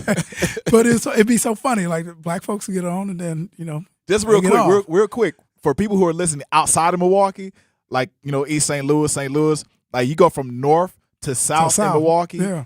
Historically, our city is kind of separated from north to south in kind of the central areas by a bridge and or a highway. So you go across the highway, you got to cover it by a bridge, and then it turns instantly white Latino base, basically, right? Yeah, literally. Yeah, keep going. So you just got those dynamics, and you see how our community and where folks are able to live, where they choose to live. Throughout our community, you see how that's shaped what it looks like, the makeup right now. And it's interesting to see how a number of different neighborhoods are becoming more diverse. I'm starting to see more Latino and Latina families on the north side of the city. I'm starting to see more black families on the south side of the city. Right. So you've seen a really cool mix, I think. But back then it was. Yeah, it was pretty strict, and then that's like on the back end. Yeah, folks before me would be like, "Oh, I remember when Sherman Park was all Polish German families." Yes, and I was like, "Wow, that's different." Yes, and you could tell by the houses. Yeah. Yeah. So you got that dynamic, and I think it's also a testament to those who came before us, right? Yeah. you had a number of Milwaukee civil rights legends that pushed for fair housing. Yep. That pushed nonstop for black families to have access to live where they wanted to live. Yeah. Throughout the community. Impacted by redlining too. Mm-hmm. That's been a constant. Mm-hmm. And that now you also see redlining not based on like, I won't show you a house over here. Yeah. It's more so like, I won't approve you for a loan on that property. Mm-hmm. I want to approve you at that level of financing to be able to live. It's still going on. Right. In Tulsa and in other Franklin areas of the community. Yep. Yeah. Yep. You stay over there. Just give a brief history of redlining. Just real brief.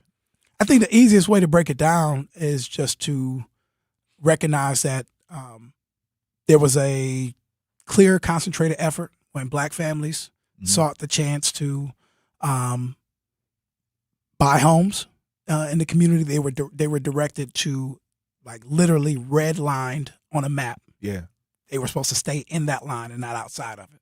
Mm-hmm.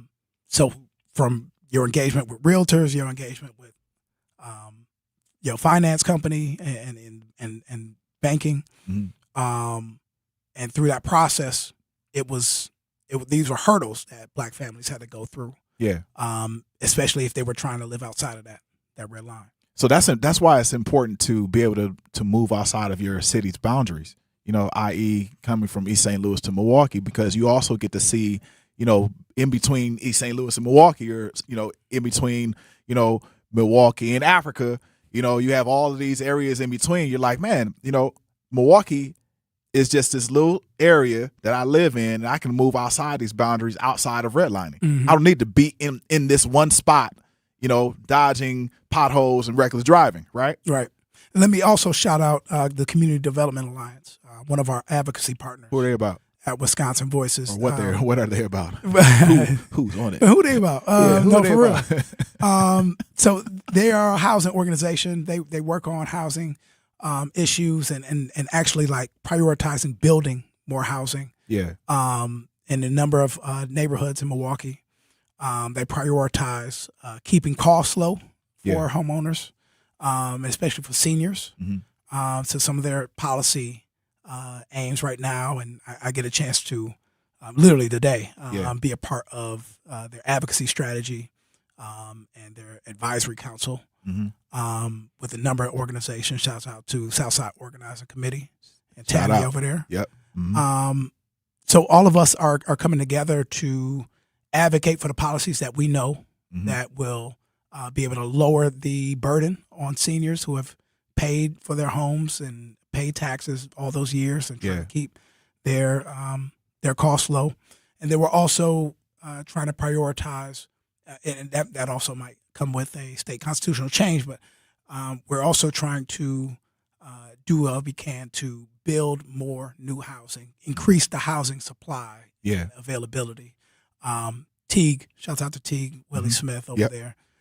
He makes a really good point about, like, it's one thing to advocate for affordable housing, but we have to ask folks, do they have access to attainable housing, right? Do we have families that can afford to get access to housing that not only they can afford, but that is quality at the same time too? Yeah.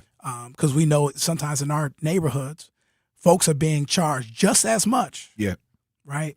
In dilapidated, lower quality standard housing that's not well taken care of, and they're being subject to paying exorbitant amounts, not even at the value that those. And in Milwaukee, the rates have gone up. Absolutely. I think I saw a figure that Milwaukee is our cost of housing has gone up the most in the country. And traditionally we're seen as like a very affordable market, right? Compared to the rest of the country or compared to a Chicago, those bigger cities. And we're starting to lose that. And I think we can't lose that for the sake of our families that need access to affordability. So if I'm coming out of an incarcerated state of affairs and, I want to, maybe purchase a house, vote.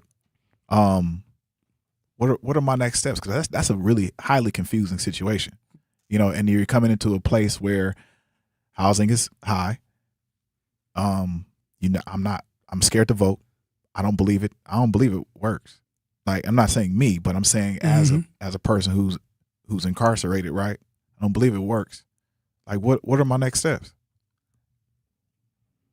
Man, I would say they both not. It's like, I'm going to answer this, right? Yeah. Hey, I was gonna say I'll let Key in. It's so funny. My day job, I work at Community Advocates, and we deal with a lot of housing issues, but we also have FSET, food share and employment training. If you qualify, get some skills and training so you can get out of that. But the idea of understanding how the elections and everything work, that's as simple as the election commission. They provide trainings. You could go to your local county party meeting, depending on which way, figure out what they got going on as far as like volunteering efforts, and being able to speak on your situation actually could change someone else's viewpoint. So like having lived experiences, honestly, it's like a gold mine in the political space, because you can't teach that, you can't learn that. That is something that you grow through. And so I would just say stay positive, understand depending on what state you're in, and just the dynamics of the, I would say election commission is a great resource. And people don't even know that they can go to the election commission and participate, basically. Yeah, you could be a poll watcher. You could. But this is how you actually, once you participate, this is how you actually develop the desire to change yourself and also other people. Exactly. Once you kind of know what it entails, you feel a lot more confident to speak on it. It's it's very empowering to understand your power, and if you change the mindset of a few folks in the inner city of Milwaukee, they could literally change the entire dynamic of a race. So especially those local ones. Oh wow, this is amazing. I know you have to go, Key. We're gonna keep you on David Bowen for a couple more minutes, and then I know you got to jet out. Man, I appreciate you. You're in studio. We have David Bowen. We have Brother Key. You're on the Grapevine. You're on the Grapevine. You're on the Grapevine picking fruit from the grapevine. Are you making a smoothie with the fruit? See, there we go. I'm gonna make smoothie with, I'm gonna mix the smoothie ingredients with coffee. That's what we're gonna do. Listen, yes. This is the Truth Radio 101.7. You're in the Grapevine with Manan Sabir. Hey, stay tuned. We're gonna pay these bills. Pay the bills. Hi, I'm Vanessa Williams, and I want to share with you the role that diabetes has had in my family. I lost my grandmother at the early age of 64 due to complications with diabetes. She was warm, generous, and a constant encouragement for me to follow my heart. Did you know that African Americans experience chronic kidney disease at a rate that's 25% higher than white Americans? And we're almost 4 times more likely to develop kidney failure. Diabetes and high blood pressure are leading causes of kidney disease, which can result in kidney failure, needing dialysis, or a kidney transplant.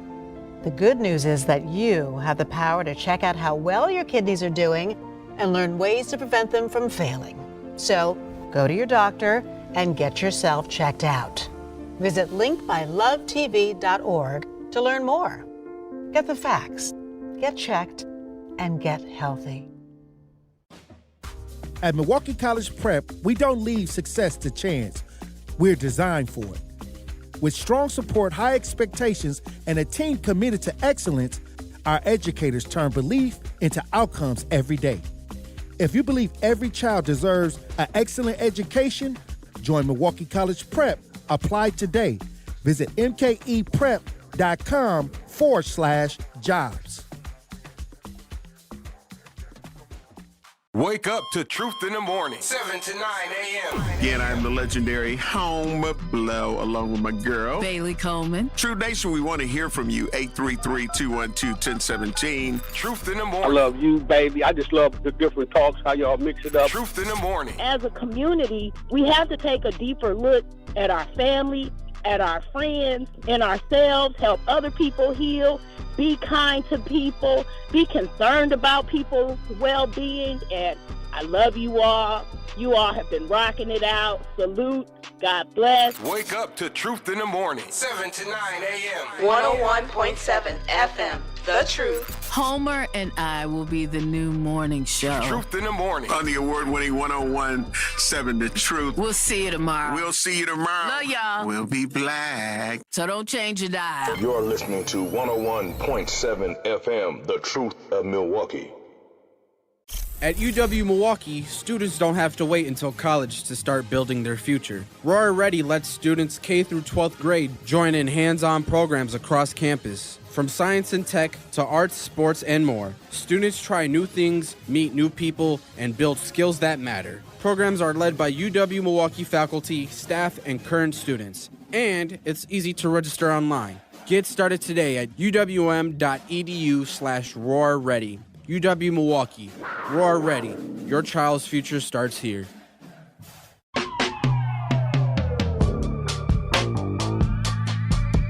Yes. We're back in the Grapevine. Your brother David Bowen, Wisconsin Voices. Hey, we don't have much time, but I definitely want to make sure that we address anything that you want to address. But, before we go, I definitely want to have some fun, serious fun too. So what are some of the major initiatives Wisconsin Voices is focused on right now? Absolutely. Right now, we're focused on making sure that we are doing everything we can to engage the community authentically. So you will see us at Juneteenth. You will see us at a number of events around this summer. We'll be doing some event-based organizing. We'll be doing another deep canvas in the spring around the state Supreme Court race. We engaged about 130,000 people around the state. Oh, gosh. That's a lot. Yeah. We were tapped in. And we were having deep conversations with residents to not just say, hey, are you going to vote? Okay, cool, and hang up, but literally have conversations about their connections with democracy, their connections with their passion issues. Yeah. And that was really fruitful. So we're going to build on that. We'll continue to deep canvas with our team. And then, everything sometimes comes down to we're not the really big, endless money organizations, right? We have to be very aware of our capacity and resources and just trying to be as effective as possible. So Lord willing, we'll be able to do it in a big scale. But we are raising the resources so we can continue to make an impact. Yep. And then, not just stop. This can't be a flash in the pan. We're a year-round civic engagement organization. Mm-hmm. We will continue to educate. We'll continue to engage past November, building into the 2027 timeline. So, we measure our progress by elections. So August and November for sure, but then we run it back the next February. We run it back the next April. We run it back the next June. We run it back the next, August, and then the next November. Right, because there's a state Supreme Court race next year. So we got to keep pushing people to the polls. Yeah, absolutely. And there's always an election.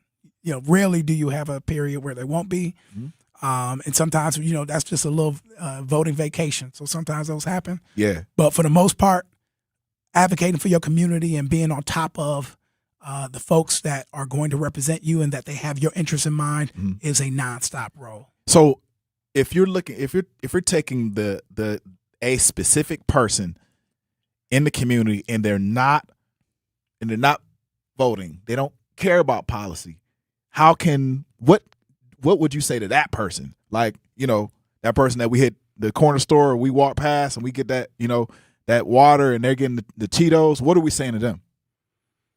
Sometimes it might not be the right time or the right messenger to be able to tap into them. But there's always an opportunity. And I really think about, before we were talking about what does civic engagement beyond voting look like? Yeah. It's also, can you check on your neighbor? Right? That's the policy. Do the kids that play on your block, do they have food? Yeah. Right?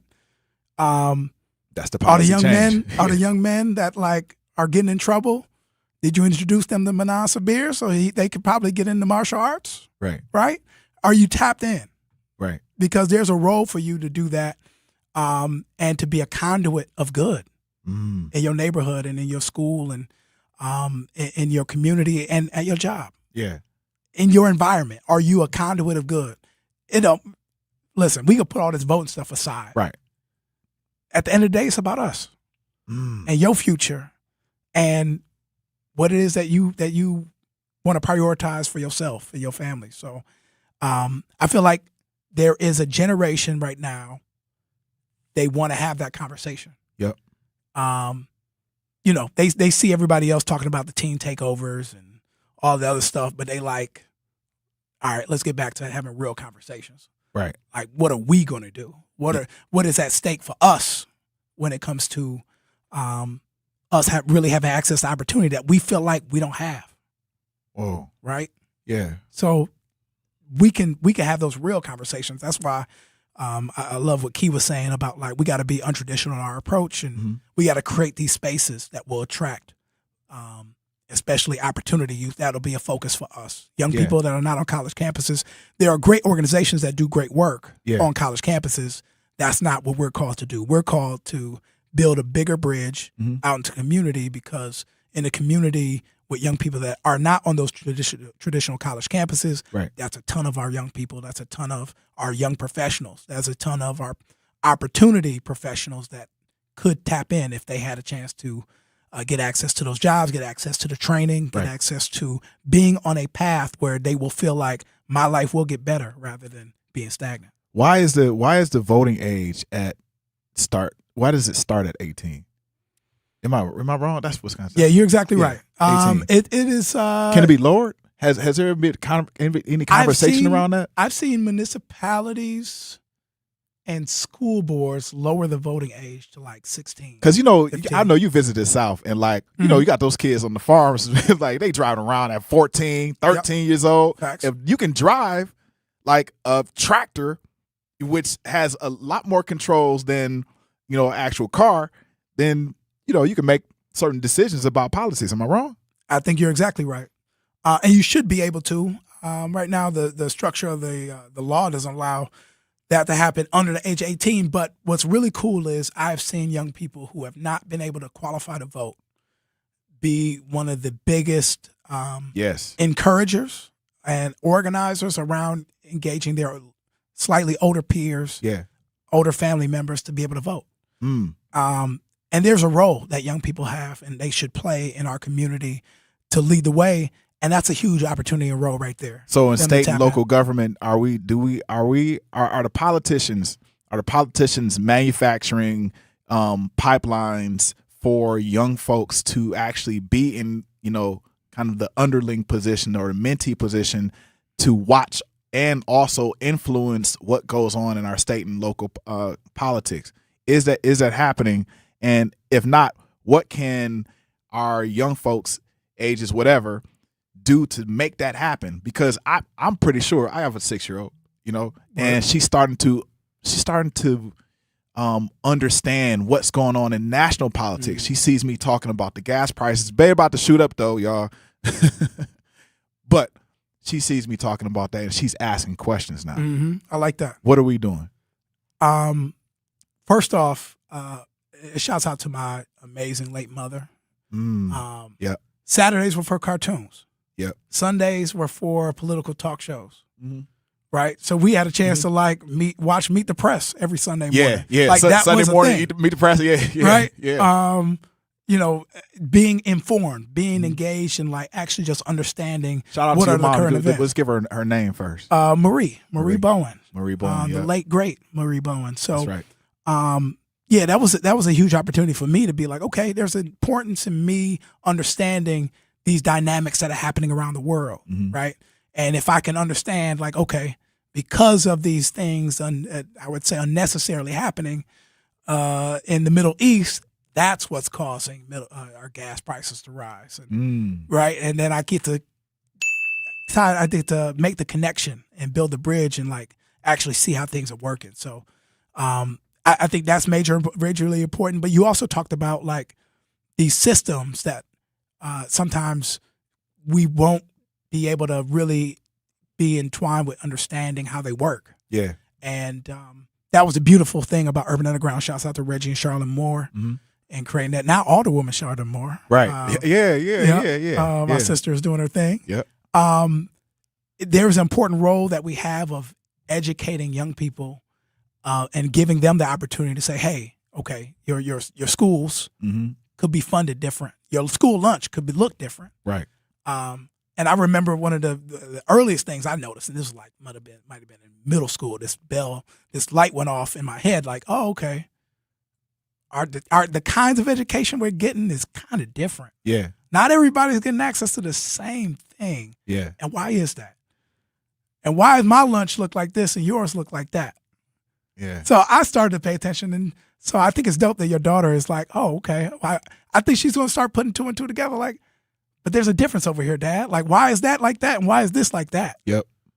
So I think it's important for us to always prioritize educating our young people because they have a major role in leading the way in organizing and pushing back and advocating for not only themselves, their generation, but their communities. So I know we don't have you for a really long time. We're running out of time, but I want to hit you with some rapid fire questions. But in response to my my daughter, her I think her political views now, she's starting to not even hearing things in the house, but she's starting to like group people, right? So she's like she knows her skin color is a specific skin color, but she's saying, hey, this person has yellow. This person has red. This person has black. This person has brown, browner, darker. Like she's labeling me, right? But from her perspective, that's how she's grouping folks into her political view. But now she's like listening to whatever I have on the radio. She's like, Dad, what are they talking about? This is what they're talking about. Now I'm able to inform her. Please inform your kids. We have rapid fire questions with Brother David Boeing. Real quick. Before we hit the break, and I want to remind people before we go to rapid fire questions, hit us up on the chat. Also call in 833-212-1017, 833-1017. Hold on, give me 1 second. Let's go with these rapid fire questions real quick. Coffee or tea? Tea. Early bird or night owl? Night owl. North side or south side? North side. That's what I know. Sneakers or dress shoes? Oh, I'm gonna go with sneakers. I'm still in that phase. Favorite Milwaukee food spot? Oh, it depends on like what time, like what's the mood, what time of day. I'm gonna go with big shouts out to Cafe at the Plaza. That's my Cafe at the Plaza. Chef, Summerfest or State Fair? Chef Joe over there. Summerfest or State Fair. I'm gonna go with State Fair now. I shifted. My first job was at Summerfest. But okay. I will go with State Fair because the food is no match. Okay. Bucks or Packers? Dang. I really can't choose. That's one you're not gonna pull me in. Dang. I gotta be both. I gotta be both. They both listening. Yeah. Lakefront or downtown? Two more. Lakefront or downtown? Oh, Lakefront. Milwaukee. Favorite Milwaukee memory growing up, real quick. Baseball cards. Last one. One Milwaukee artist everybody should know. Oh, Ray Nitty, of course. Ray, yes. Now you passed the test, baby. Wow. Hey, look, we got David Boeing. He's going to be jetting out of here. But look, David Boeing, give us one last saying before you jet out of here and we can pay these bills. Listen, be blessed. Look out for your neighbors. That's what I'm going to say. Look out for your neighbors. Shout out to Marie Boeing. We love her. She's our ancestor. All right, you in the building. We got David Boeing, the Grapevine. This is Mana. As parents, we have a million things running through our minds. Playdates, checkups, groceries, laundry, diapers, work, carpool schedules, picture day, swim team, did we mention diapers, birthday parties, meal prep, lost permission slips, dentist appointments, and the dog that still needs to be walked. So it's easy to make a mistake. Oh, I forgot birthday candles. Sit tight, hon, I'll be right back. We say we'd never put our kids in danger by leaving them in the car alone. Oh, wait, since when are candles not on the baking aisle? but never happens. And temperatures as low as 60 degrees can be deadly for children left behind. So always bring them with you, and every time you park the car, stop, look, lock. Brought to you by NHTSA and the Ad Council. This is Sherwin Hughes from The Truth with Sherwin Hughes. And Truth Nation, you can now watch my show live on YouTube every day from 9 a.m. until noon. Yep, you can get 3 full hours of watching Sherwin doing his thing streaming live on YouTube Monday through Friday. You'll get the same insightful conversations about policy, politics, and lifestyle while also seeing my reaction to the unpredictability of our listeners. So go to YouTube right now, subscribe to 1017 The Truth, and see this wonderful smile live every day. You're listening to the new 1017 The Truth, founded in partnership with American Family Insurance. Insure carefully, dream fearlessly. 1017 FM, 1510 AM, WGKB Waukesha, and W269DL Milwaukee, a locally owned Good Karma brand station.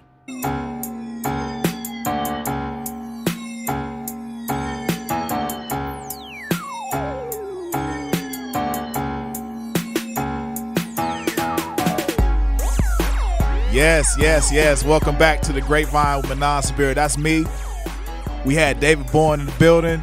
We had Jessica Weinberg, Mariah Johnson, and also Brother Key from Community Advocates. But we had Brother David Bourne talking to us about the organization Wisconsin Voices and getting more people to vote. And let me tell you, that is, highly, highly important.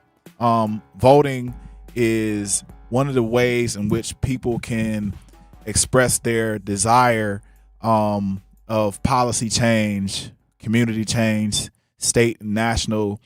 Anytime they feel as though they want to make some type of change, and they can't do it with their feet, you walk your feet to the voting booth and do something about it. So I'm gonna go to the chat. I'm gonna go to the online chat, and we're gonna see what our people were talking about. Reginald Jones, 6402. 6402. Let's see.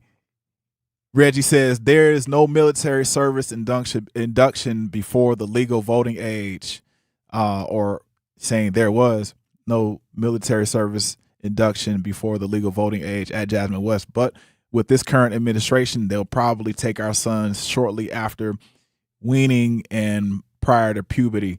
He also says, just think of the ages these young men were pressed into military service, both during both the Revolutionary and Civil Wars, about 12 to 13 years of age at the youngest. Yes, it definitely was, young men. Also, they had women fighting too, so don't get it twisted that women weren't fighting in some of these wars. Also, it got to the point to where there were women who were a part of the wars, but silently silenced when we had to ask them about fighting. They were silenced. Their voices were silenced. So thank you, Reginald. I really appreciate it. I think that there's a huge disconnect in terms of voting. I really appreciate. I want to tell everybody, and especially David Bourne, I really appreciate you coming through today talking about Wisconsin Voices. But we need to get more people out voting. We need to get more people out voting for, change in our community. We were talking earlier about reckless driving and how if we are going to make a positive change in our community, and especially about reckless driving, how are we going to make that change? Please call in. Let us know what you think about reckless driving. I want to go to the chat. Do we have anybody online? Anybody? Yeah. Hold on. Give me 1 second.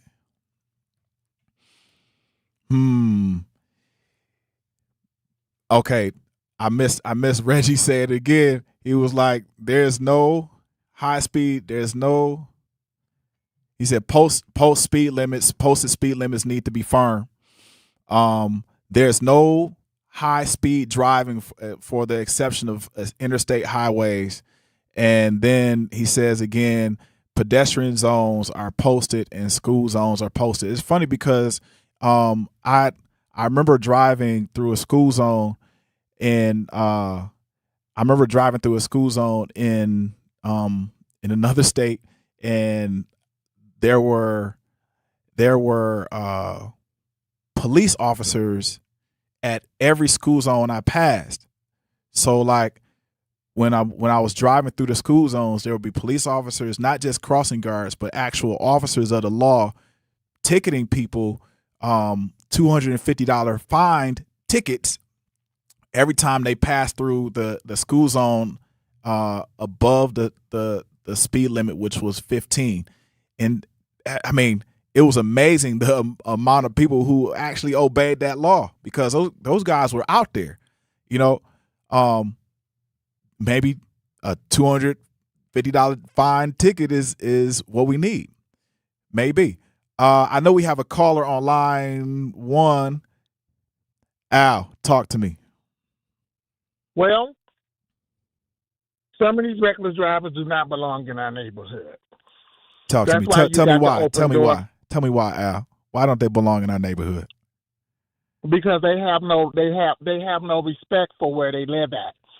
That's why we got these transients and these derelicts coming from the south side. That's how you open the door for gentrification. They need to be somewhere in Warsaw. All right? And the reason why the reckless driving is out of control, because when it first got out of hand, didn't nobody know what to do. We don't know what we'll do. We're trying to figure it out. Go to a place where it's nothing but white people. They gonna shut that down. But because it's black folks and they look at us as niggas, let it get out of hand. So then we can come in there and make it look good. We ain't stupid. We ain't dumb. These reckless drivers ain't stupid. They ain't dumb. They don't belong in our neighborhood. They need to go somewhere else. When they chase them in Whitefish Bay, you know what they do? They get them right on to the north side and say, well, let them go on up over there. When you go to any other community, you don't have all that. They do it because it's black people. And if they don't give a damn, we don't give a damn. Go somewhere else. You got a whole lot of affordable housing up north. And we don't even need that in the city. That's why we starting to look like Beloit and Rockford now. A whole lot of Section 8, JJ Fish, churches on every corner, and liquor stores. They need to go somewhere else where they can be appreciated, because it pulls from the black people, and then they group the black people with the niggas. That's why we are effed up now. That's why we got all them potholes. Go to Whitefish Bay. You ain't going to see all them potholes. You see them police out there letting that happen? Absolutely not. They don't belong in our neighborhood. We already got gentrification going on, and they are the reason why. Al, what side of town do you live on? What's up? I live on the north side. North side. The side where the white man, you know where that fence, you know where the cemetery is, and the white man sold the fence from over there on 20th Street? And he sold them in, huh? Tell me, where is that? What street? That's on between 20th and Titonia. That cemetery don't have no fence. Yeah. Because it used to be wrought iron, and the white man stole the fence and sold them in 3-packs for $90 back in the 80s. Oh, really? Yes. The same neighborhoods over there that they let all these white people own these raggedy houses, and they have no building inspectors, but all of a sudden the building inspectors don't see anything. How you going to rent a house and the attic don't got no windows? And they don't never see anything. Okay, potholes bigger than Sodom and Gomorrah on crack and night trains and Wild Irish Road. Wow. So that's deep. I didn't know that somebody stole the fence, Al. Yeah, it was a white man. Yeah. Okay. And they're not going to put another fence back up. I already called. Who'd you call? They said they don't. Whoever. I called Cavalier Johnson. You called Chevy Johnson's office. What did they say? The same. They said they ain't gonna put no fence back up. The same time I called his office when he was on 620, but he didn't want to come on the truth. And when he came on the truth, he had a goddamn attitude fix on his face. That office. Okay. What do you think you can do to alleviate the problem over there? What I can do? Only thing I can do is move. That's it. Okay. Because what I'm gonna do? What I'm gonna do? Tell y'all sit y'all black ass down? They ain't gonna listen to me, but they'll listen to a white man. I see. Because all they're gonna do is price them out, and when they price them out, they're gonna go somewhere else and tear up. But you're supposed to have pride where you live at. But I forgot, this is a different generation. They never gave a F. Now, you give them some Cartiers, some free welfare checks, and some free checks coming from the government, they'll be right there, just like they put the black woman in Separate Express when it comes to Section 8 and low-income housing. Pearly whites and a roller set. What I'm about open for rejoice. How about that? Yeah. Man, Al, I really appreciate you. Thank you so much. Have a good day. You too. You know, I remember, you know, usually in the martial arts, you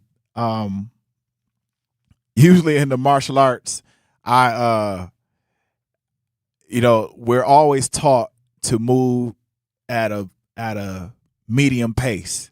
When it's fast paced, you can commit there's a lot of issues.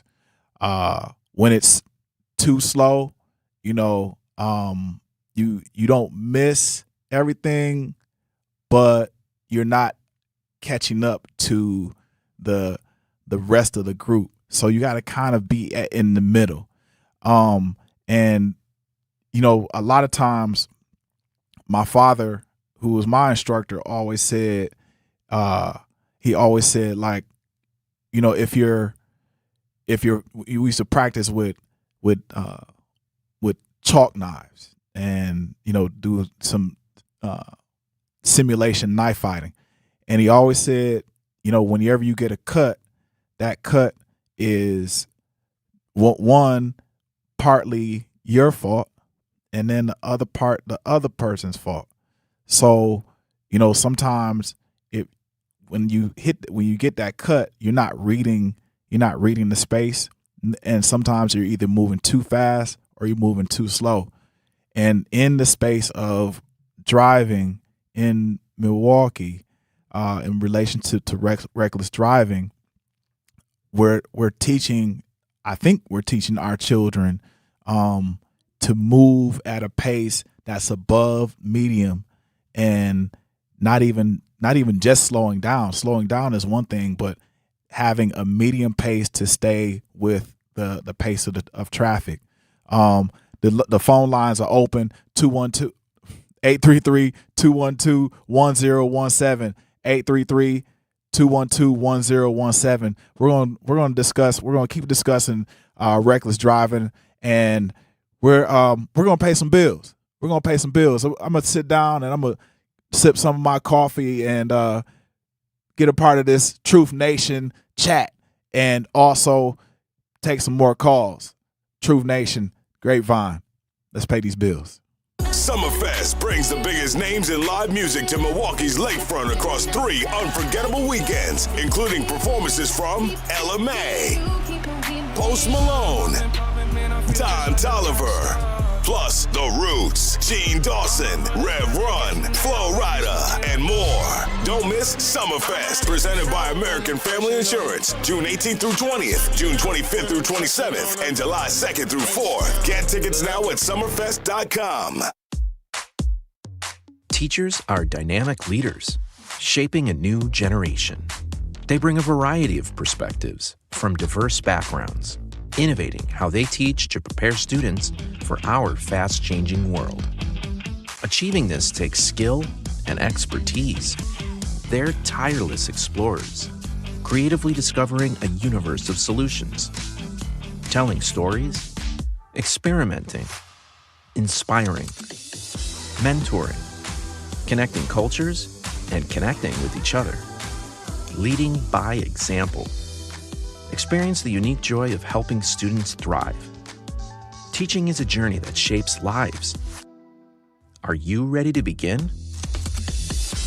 explore teaching at teach.org, a campaign supported by the U.S. Department of Education, Teach.org, and 1 million teachers of color.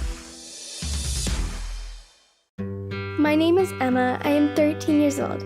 6 years ago, I was injured in a car accident that left me paralyzed from the waist down. Once I completed rehab, my mom applied for a canine companion service dog. Last January, I finally got to meet my service dog, Mariah. We quickly developed a very strong bond. Together, we go to my horseback riding lessons, school band practice, swim meets, and archery classes. Together, we pick vegetables, and we like to cut flowers. I love Marcia. She makes me feel like together we can do anything. I can't imagine life without her. She's a part of the family. We are just one of the thousands of teams Canine Companions has paired together over the past 50 years. With your help, we can continue for another 50. Visit canine.org to see the many ways you can change lives. I can tell that we are gonna be friends. What's the word, Milwaukee? It's your favorite producer, Meech. Don't just check in. Tap in with Jazz Tyler. We are live and direct Monday through Friday, 4 to 7 p.m. And I am your host, Jazz Tyler. This platform is for you, the voices of the city. We are here to remind the world that your voice matters. Hit us up, tap in, and let us know what's on your mind because the time is now. Tap in.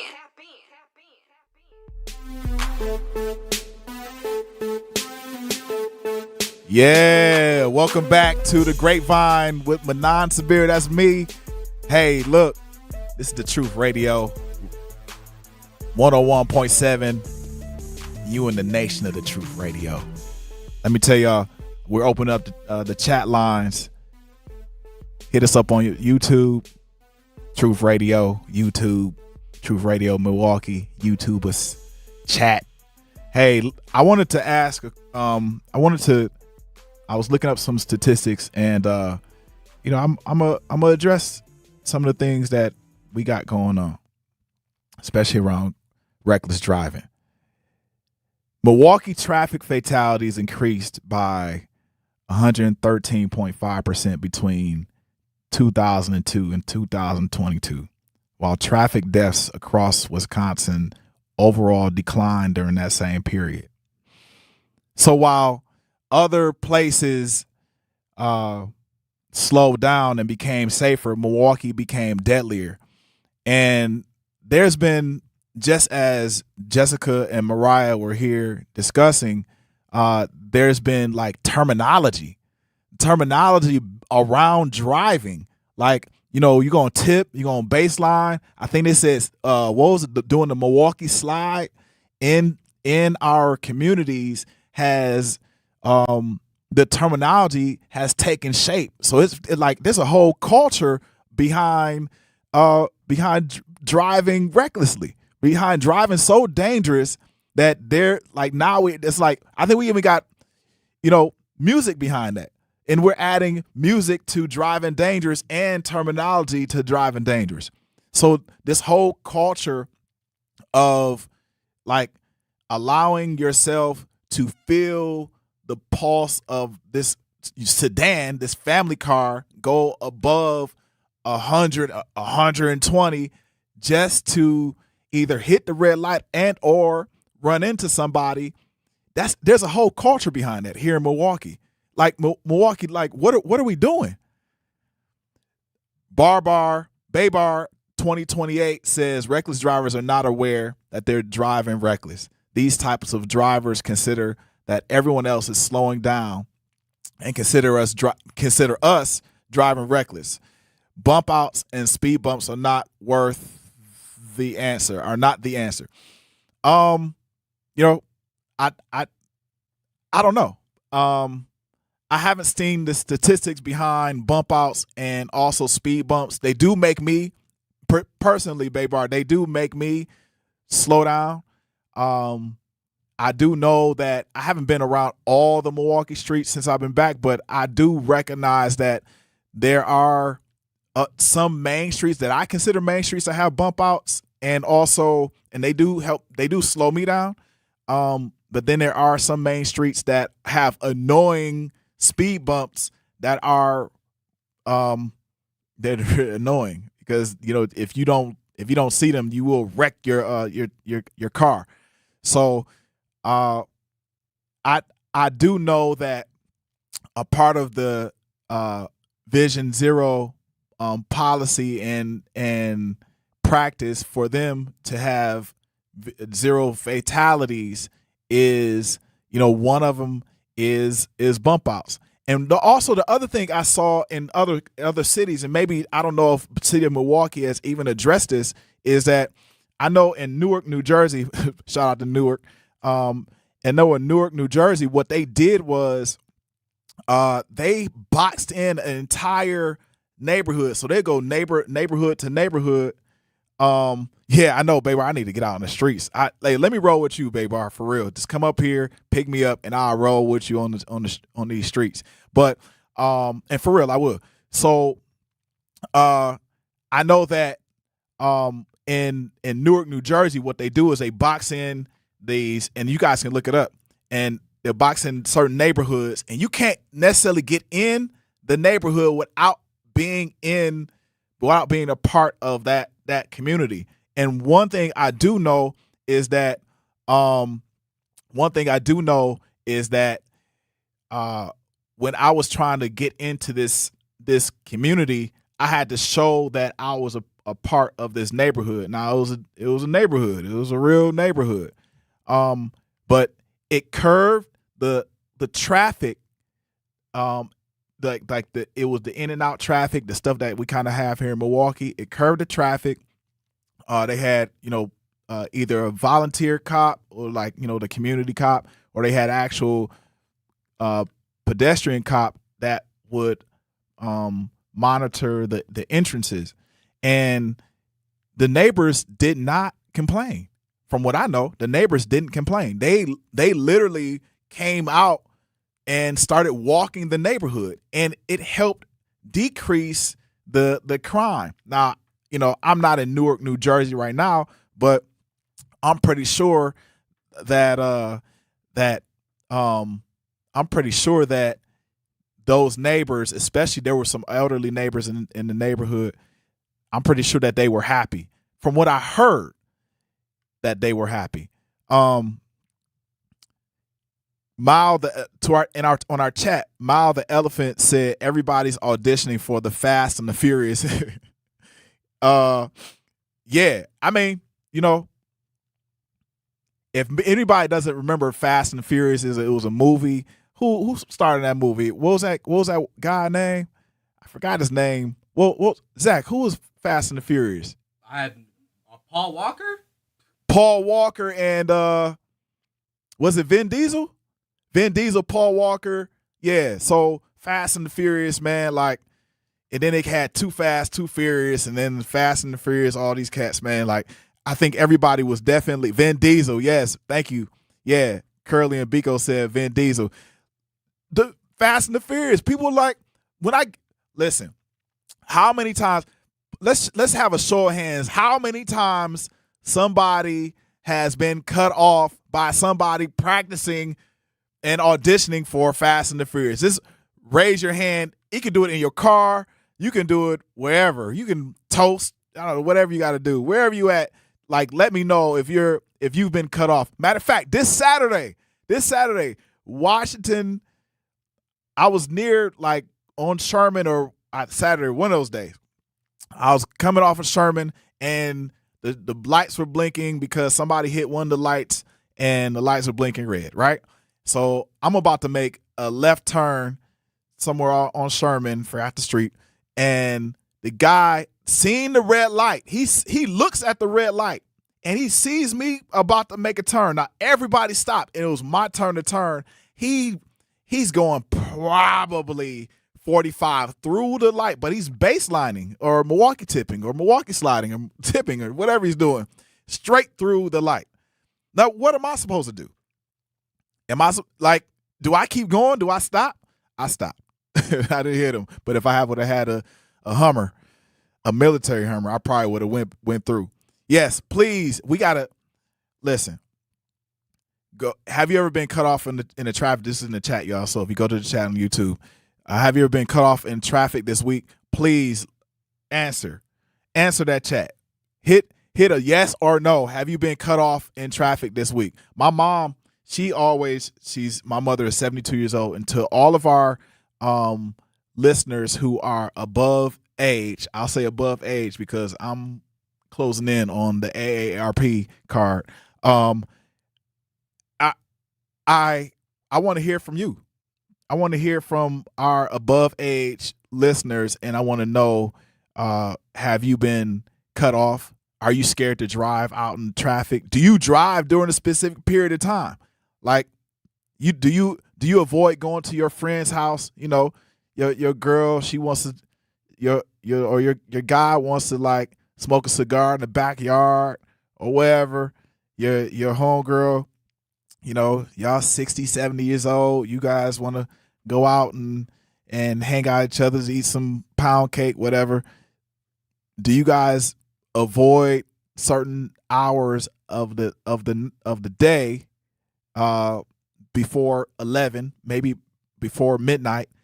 Do you avoid certain hours in order to get home safely, especially in Milwaukee if you live in those neighborhoods where people are tipping and sliding and all that other good stuff? I want to hear from you. Hit us up on the chat, YouTube, Truth Radio. Also, you can call me at 833-212-1017. So here's another traffic deaths in Milwaukee peaked at 77 deaths in 2022.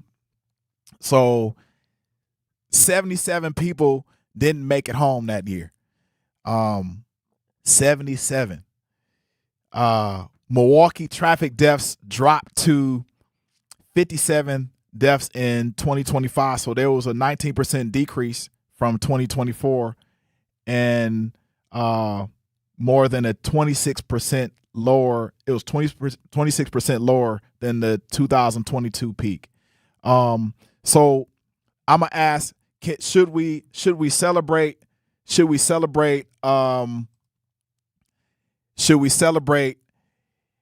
the progress without pretending the problem is solved? Should we celebrate this progress? Here's another statistic. More than half of Milwaukee traffic deaths in 2025 were related to speeding. So multiple reports place it around, like they said, 52 to 53%. But more than half of those deadly crashes involve speed and a few extra seconds and cost somebody's life and or decades. Hey, Lisa, holla at us. You on the Grapevine with Manan Sabir. What's up? Good afternoon. Look. Yeah. I be wanting to. I'm out now driving, and trust you me, I be wanting to go with these little boys. Yeah. I be wanting. Look, we've been there. We've done that. I was a truck driver since 1992. Am I scared to drive out here? I'm not scared to drive. I just don't want nobody hitting my car. I bought this car in 2019, and it just got 81,000 miles on it because I don't drive it. I don't even know how to work it. But for these kids to be, I said, let me tell you, if I had a tractor and put you behind that wheel, I bet you would never drive out here crazy like again. I'll show you how to drive. I will show you how to drive. I laugh at him when I see him. I say, you're a joke. Now, my brother, he be upset. Look, let them drive. Let that so-called driving, whatever they're doing. Look, the kids, we used to drive out here crazy wild. Well, I ain't going to say all that, but there are certain streets. Capitol Drive used to be the cruise. You just cruise up and down Capitol Drive. Yeah. You see a guy, see a girl, you give the phone number. My phone, you give the hands, 444, stuff like that. Right. I said, but Capitol Drive was a cruise. You do 25, no more than 30. Then we wait till we get to, Fond du Lac, and Hampton, that little highway. Oh, yeah. That's when we blow it. Yeah. Or go on the highway and blow it. Yeah. But these kids, it's like, you look on one side of your car is nice and straight. On the other side is tore all up. Right. What are you doing? Yes. What are you doing? Yes. So it's like I want to, like I said, I want to play with them, but it's like it's not worth it. Because then if I win, they might shoot me. They might get up mad at me and shoot me. I don't know. But these little kids out here, y'all doing too much, way too much. Yeah. License is a privilege. That's right. It's privilege. That's right. So Hey, use it and keep it. that's right. Lisa. That's all I had to say. Lisa, thank you so much. You're more than welcome to call in anytime. You got a great voice to be on radio. Thank you so much, Lisa. Thank you. Yes. Hey, we're talking about reckless driving. We're going to pay these bills on the Truth Radio, the Grapevine 101.7. Make sure you call in and hit us. Let's go. Pay these bills. What's the word, Milwaukee? It's your favorite producer, Mech. Don't just check in. Tap in with Jazz Tyler. Tap in. We are live and direct Monday through Friday, 4 to 7 p.m. And I am your host, Jazz Tyler. This platform is for the youth, the voices of the city. We are here to remind the world that your voice matters. Hit us up, tap in, and let us know what's on your mind because the time is now. Tap in. You served behind the desk. You served in combat. You did 4 years and got out. You were drafted. You gave 20 years. You gave exactly what your country needed. And so did you. When you raised your hand and swore an oath to your country, when you put your name on a dotted line, you became part of only 1% of Americans who did the same. You are a veteran. You are a veteran. You are a veteran. Because no matter when, where, or how you served, you made a sacrifice for your country, and you deserve support. If you're struggling with life after service, don't wait. Reach out. Reach out to a loved one, to a fellow veteran, to VA. Find resources at va.gov/reach. Brought to you by the United States Department of Veterans Affairs and the Ad Council. When you get a diagnosis of Parkinson's disease, things get real. And nobody understands that better than the Parkinson's Foundation. All across the country, we provide resources and support in the fight against Parkinson's, a neurological disease that affects movement. The Parkinson's Foundation is dedicated to improving care and advancing research towards a cure. And when you call our helpline, you'll speak to a real person who can help you find the right information. Because while living with Parkinson's can be challenging, there are things you can do to improve your quality of life. So, whether you're newly diagnosed, have been living with Parkinson's for years, or caring for a loved one, When Parkinson's gets real, find real answers at the Parkinson's Foundation. go to parkinson.org or call our helpline at 1-800-4PD-INFO, 1-800-473-4636. The Parkinson's Foundation. Better lives together.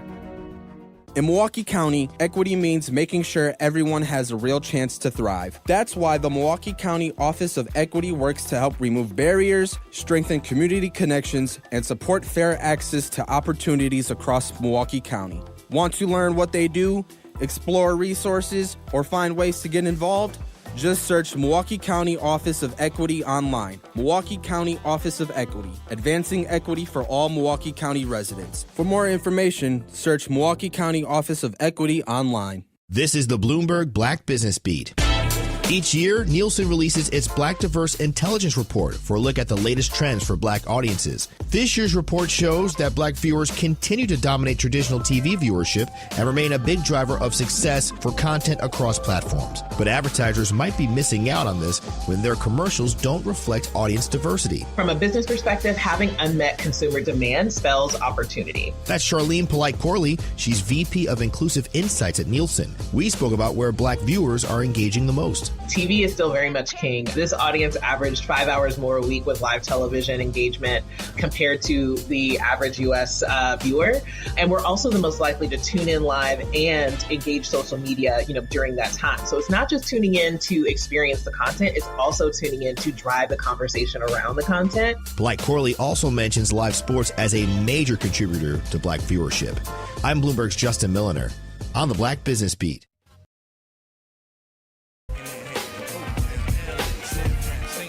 Yes. You are back on the Grapevine. We're in the American Family Insurance Studios, the Truth Radio 101.7. Hey, make sure you hit us up on the chat, 833-212-1017. Listen, I'm Anon Sabir. Listen. We just had a really, really good segment with Jessica Weinberg, Mariah Johnson.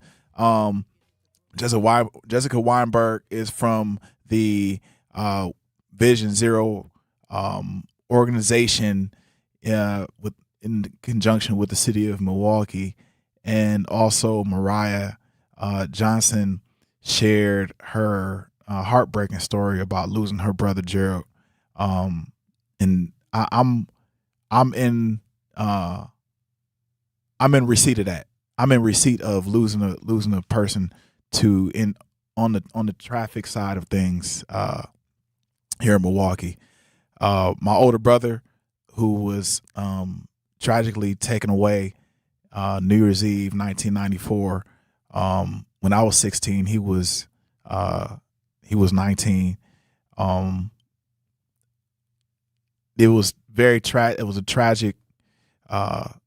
tragic accident in Milwaukee, although it wasn't reckless driving, but I do know how it feels to lose someone to a traffic death, and it's not easy, because one day you're with the person and next day you're not.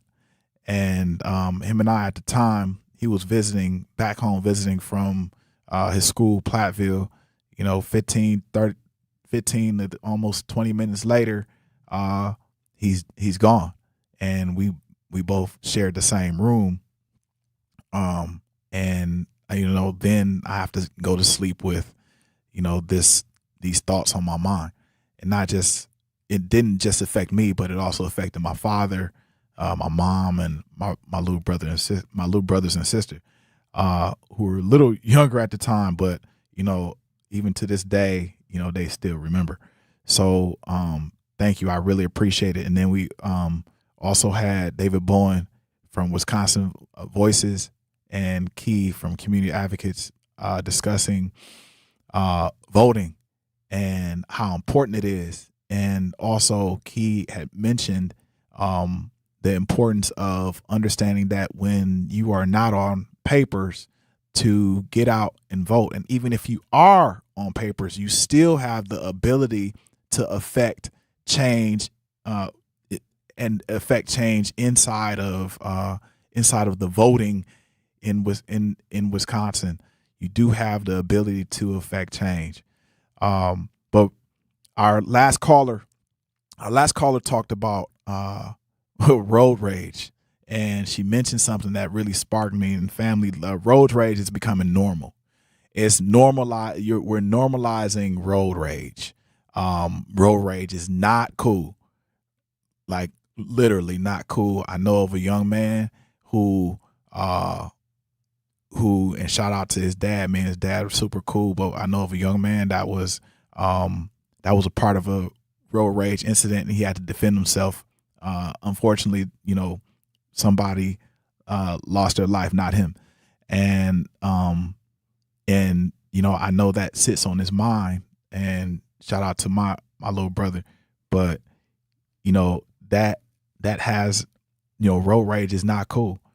And it's becoming part and parcel of our society. It's becoming a condition of our society to always be in a hurry while we're driving, especially in Milwaukee. We're becoming, because of these wide roads, we can get to where we need to get to and blow past anybody in a very fast pace. But man, it's costing a lot of lives. And if that route that we're taking is blocked, then we're getting upset.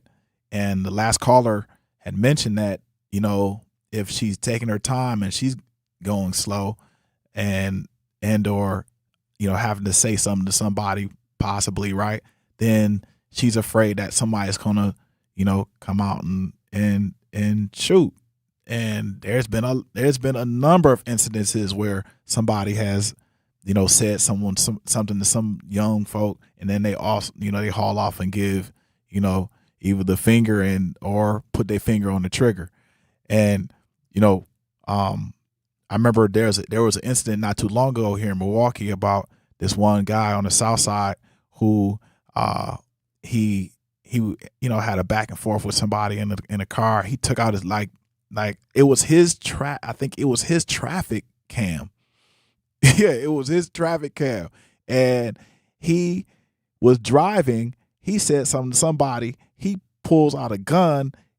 He pulls out a gun on his right hand and turns around as he's driving and shoots at the passing car, and then puts the gun back and starts driving like it's normal. How normal is that? There's been plenty of kids who've been shot because of that. Matter of fact, there was a guy who recently had gotten to a fight with a guy that he had a road rage incident with, but the guy who he had a road rage incident with, before they fought, was shot into this other guy's car. The guy gets out, not even checking on his kid, and starts fighting with the other guy. Come to find out after the incident, boom, the kid is gone. That's, this anger has to stop. We got to stop being angry, man. It really has to stop. I know we're going through, like a lot of people are going through trauma, disconnection, financial stress, relationship stress, work stress. But, I think a lot of people are getting angry before they get in the car. Like they are angry. Milwaukee, tune in, tap in. Do you think road rage is really about traffic, or is traffic exposing what people are already carrying emotionally? Are people really emotionally carrying all of this before they even jump into the car? Milwaukee, talk to me. I need to know. Hit us up on the chat.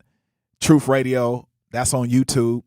And then also you can call 833-212-1017. 833-212-1017. Hey, we're going to pay some bills, and we're going to answer some of these questions before we time out on Truth Radio 101.7, Manon Sabir and the Grapevine. Let's pay these bills. Until people come before profit. Until all energy is clean. Until the wild is truly free. Earth Justice will never rest. Earth Justice is a national legal nonprofit defending the planet and its people for nearly 50 years. Earth Justice has 150 full-time lawyers fighting in court for our planet's future and representing all clients free of charge. No one fights more cases on the environment than Earth Justice. And we win because these are fights we cannot lose. Until justice stands for all, Earth Justice will never rest. If you share our restless spirit and want to commit to fighting for a just and equitable future for everyone, go to earthjustice.org/neverrest. Earth Justice, because the Earth needs a good lawyer. At UW Credit Union, we have best-in-class technology and peopleology. Like if you lose your card, you can stop by in-branch for a same-day replacement, or you can have a new one instantly issued to the app. So whether you prefer interacting with our snappy online interface or our in-person regular faces, UW Credit Union is always here for every you. And whichever you choose, it's the best of both worlds. Join today at uwcu.org. Federally insured by NCUA. What's the word, Milwaukee? It's your favorite producer, Mech. Don't just check in. Tap in with Jazz Tyler. Tap in. We are live and direct Monday through Friday, 4 to 7 p.m. And I am your host, Jazz Tyler. This platform is for the youth, the voices of the city. We are here to remind the world that your voice matters. Hit us up, tap in, and let us know what's on your mind, because the time is now. Tap Dreaming of owning your first home? Don't settle for a fixer-upper. Build a brand new home with Milwaukee Habitat for Humanity. They partner with first-time buyers to make home ownership possible with little to no down payment and a team that's on your side every step of the way. Even if you're just starting to explore what's possible, they're here to help you take the next step. If your household earns between $55,000 and $90,000 a year, you may qualify. Visit MilwaukeeHabitat.org to learn more. Prizes, exclusive experiences, even cash money. You want it? We've got it. Find a list of all contests and official rules by visiting truthcontests.com. That's truthcontests.com. When you're high, you feel different. Pretty obvious, right? You think different, talk different, but if you feel different, you drive different. So if you're high, just don't drive. Brought to you by NHTSA and the Ad Council. I'm the kind of man that recognizes talent. When I find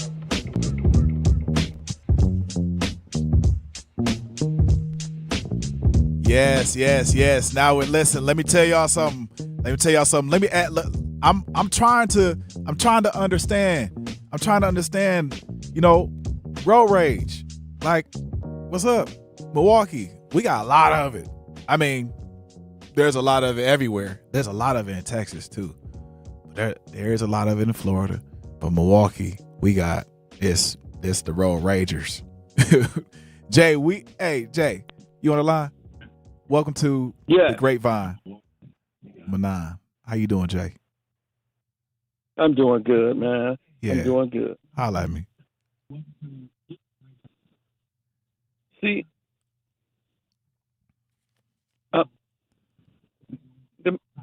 I think the main thing is we deal with so much, for one, as a community, our young people, and then us being older people, and our lines of communication have to be open because everybody's dealing with something.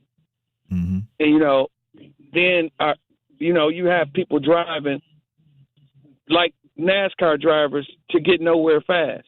Right. The way we came up in Milwaukee, it takes 15 minutes to get from the north side to the south side. Yeah. You know what I mean? So just calm down, man. We got kids getting killed and people getting killed, innocent drivers getting killed because they going on high-speed chases from the police like it's a game. This is not GTA. You get one chance in life. That's right. One chance in life. Like, it's like they rush into a grave, man. Yeah. So our main thing needs to be communication in our community between younger, older, middle age, everything. We have to find a common ground, man, to get to where we need to be. Man, Jay, you're right. I really appreciate you, man. Thank you for calling in. Yes, sir. Hey, Jay is right. I think, there has to be a generational communicated type of silver lining that if we're not talking with the next generation, if we're not bringing the next generation up and or down, if our young folks are not talking to our older folks, then those folks aren't necessarily there's a disconnect. And so I'm trying to understand, and Jay is trying to understand, where is the disconnect, right? So let's talk about something that he actually brought up. Let's talk about street racing. Let's talk about it's controversial, but street racing, because whether people like it or not, illegal street racing culture exists in Milwaukee. Like, whether or not you're racing against somebody, with somebody, or you're racing yourself. Like, you got the internal race in yourself to get someplace that you feel, you need to get to, whether or not you're racing from whatever street on Fond du Lac to the other street on Fond du Lac. You're really just racing to get there. Some people say,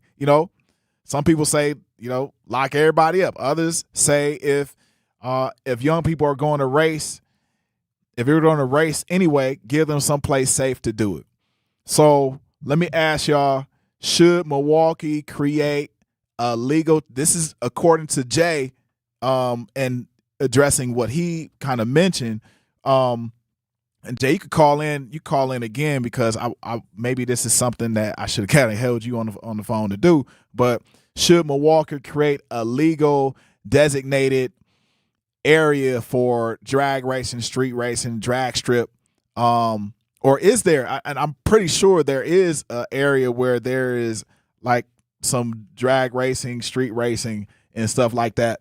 But you know, oh, nope. Like I from what I heard, there is an area in Milwaukee that if you got like a, you know, it doesn't have to be a street like a race track legal car, but if you work on cars, you know, I'm sure you can take it to, I think it was some track somewhere in Milwaukee that, you know, it's legal to race your car.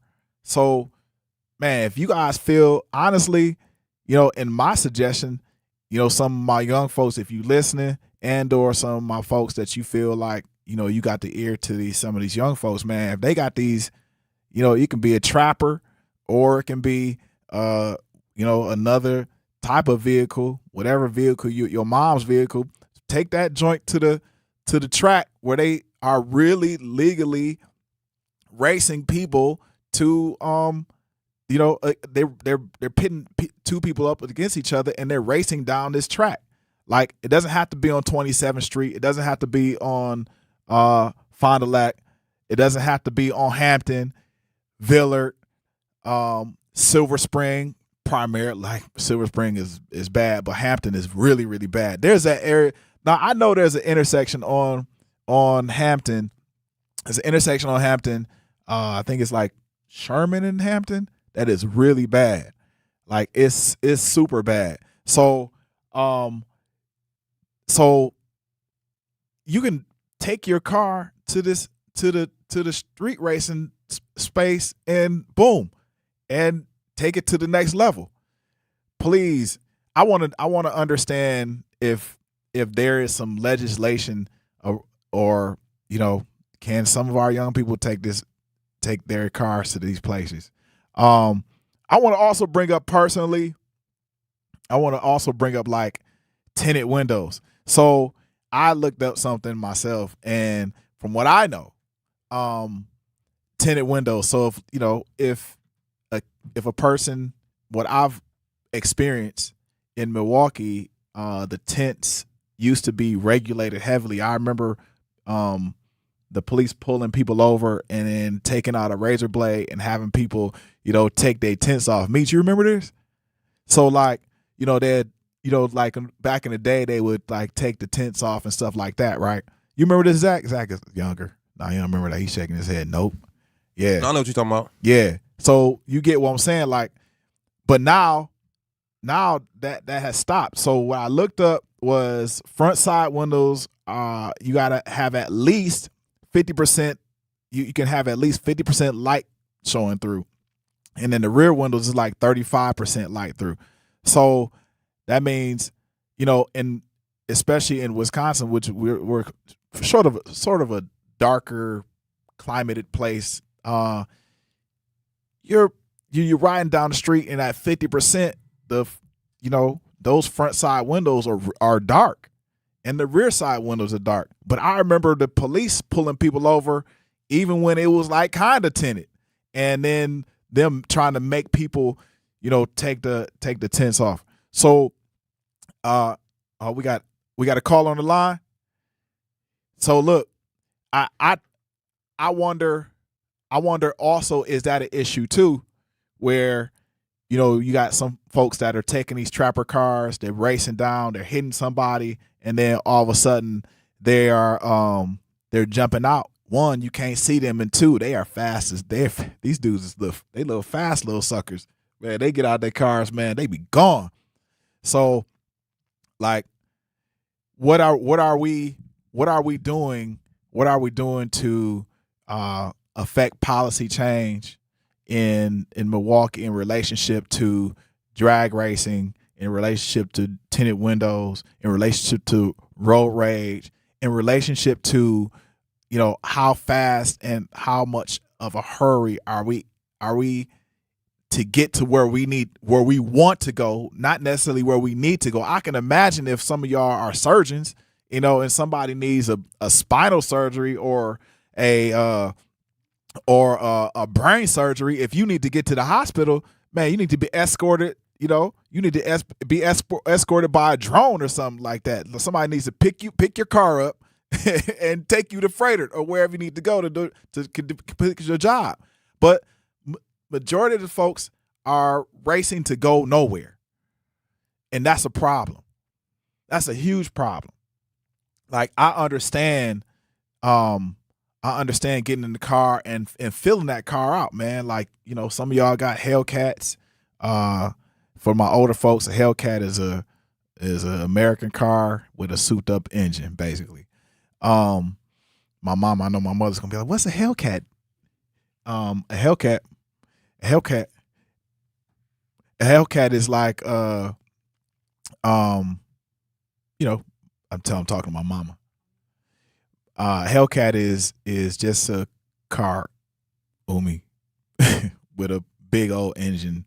You press on the gas and it can hit 0 to 60 in I think it's 4.6 seconds or something like that. Not as fast as the Tesla though. That's 3.7. So, hey y'all, listen. I appreciate everybody tuning in. I appreciate Jessica Weinberg, Mariah Johnson, Key, and also our beloved David Bowen for visiting us, man.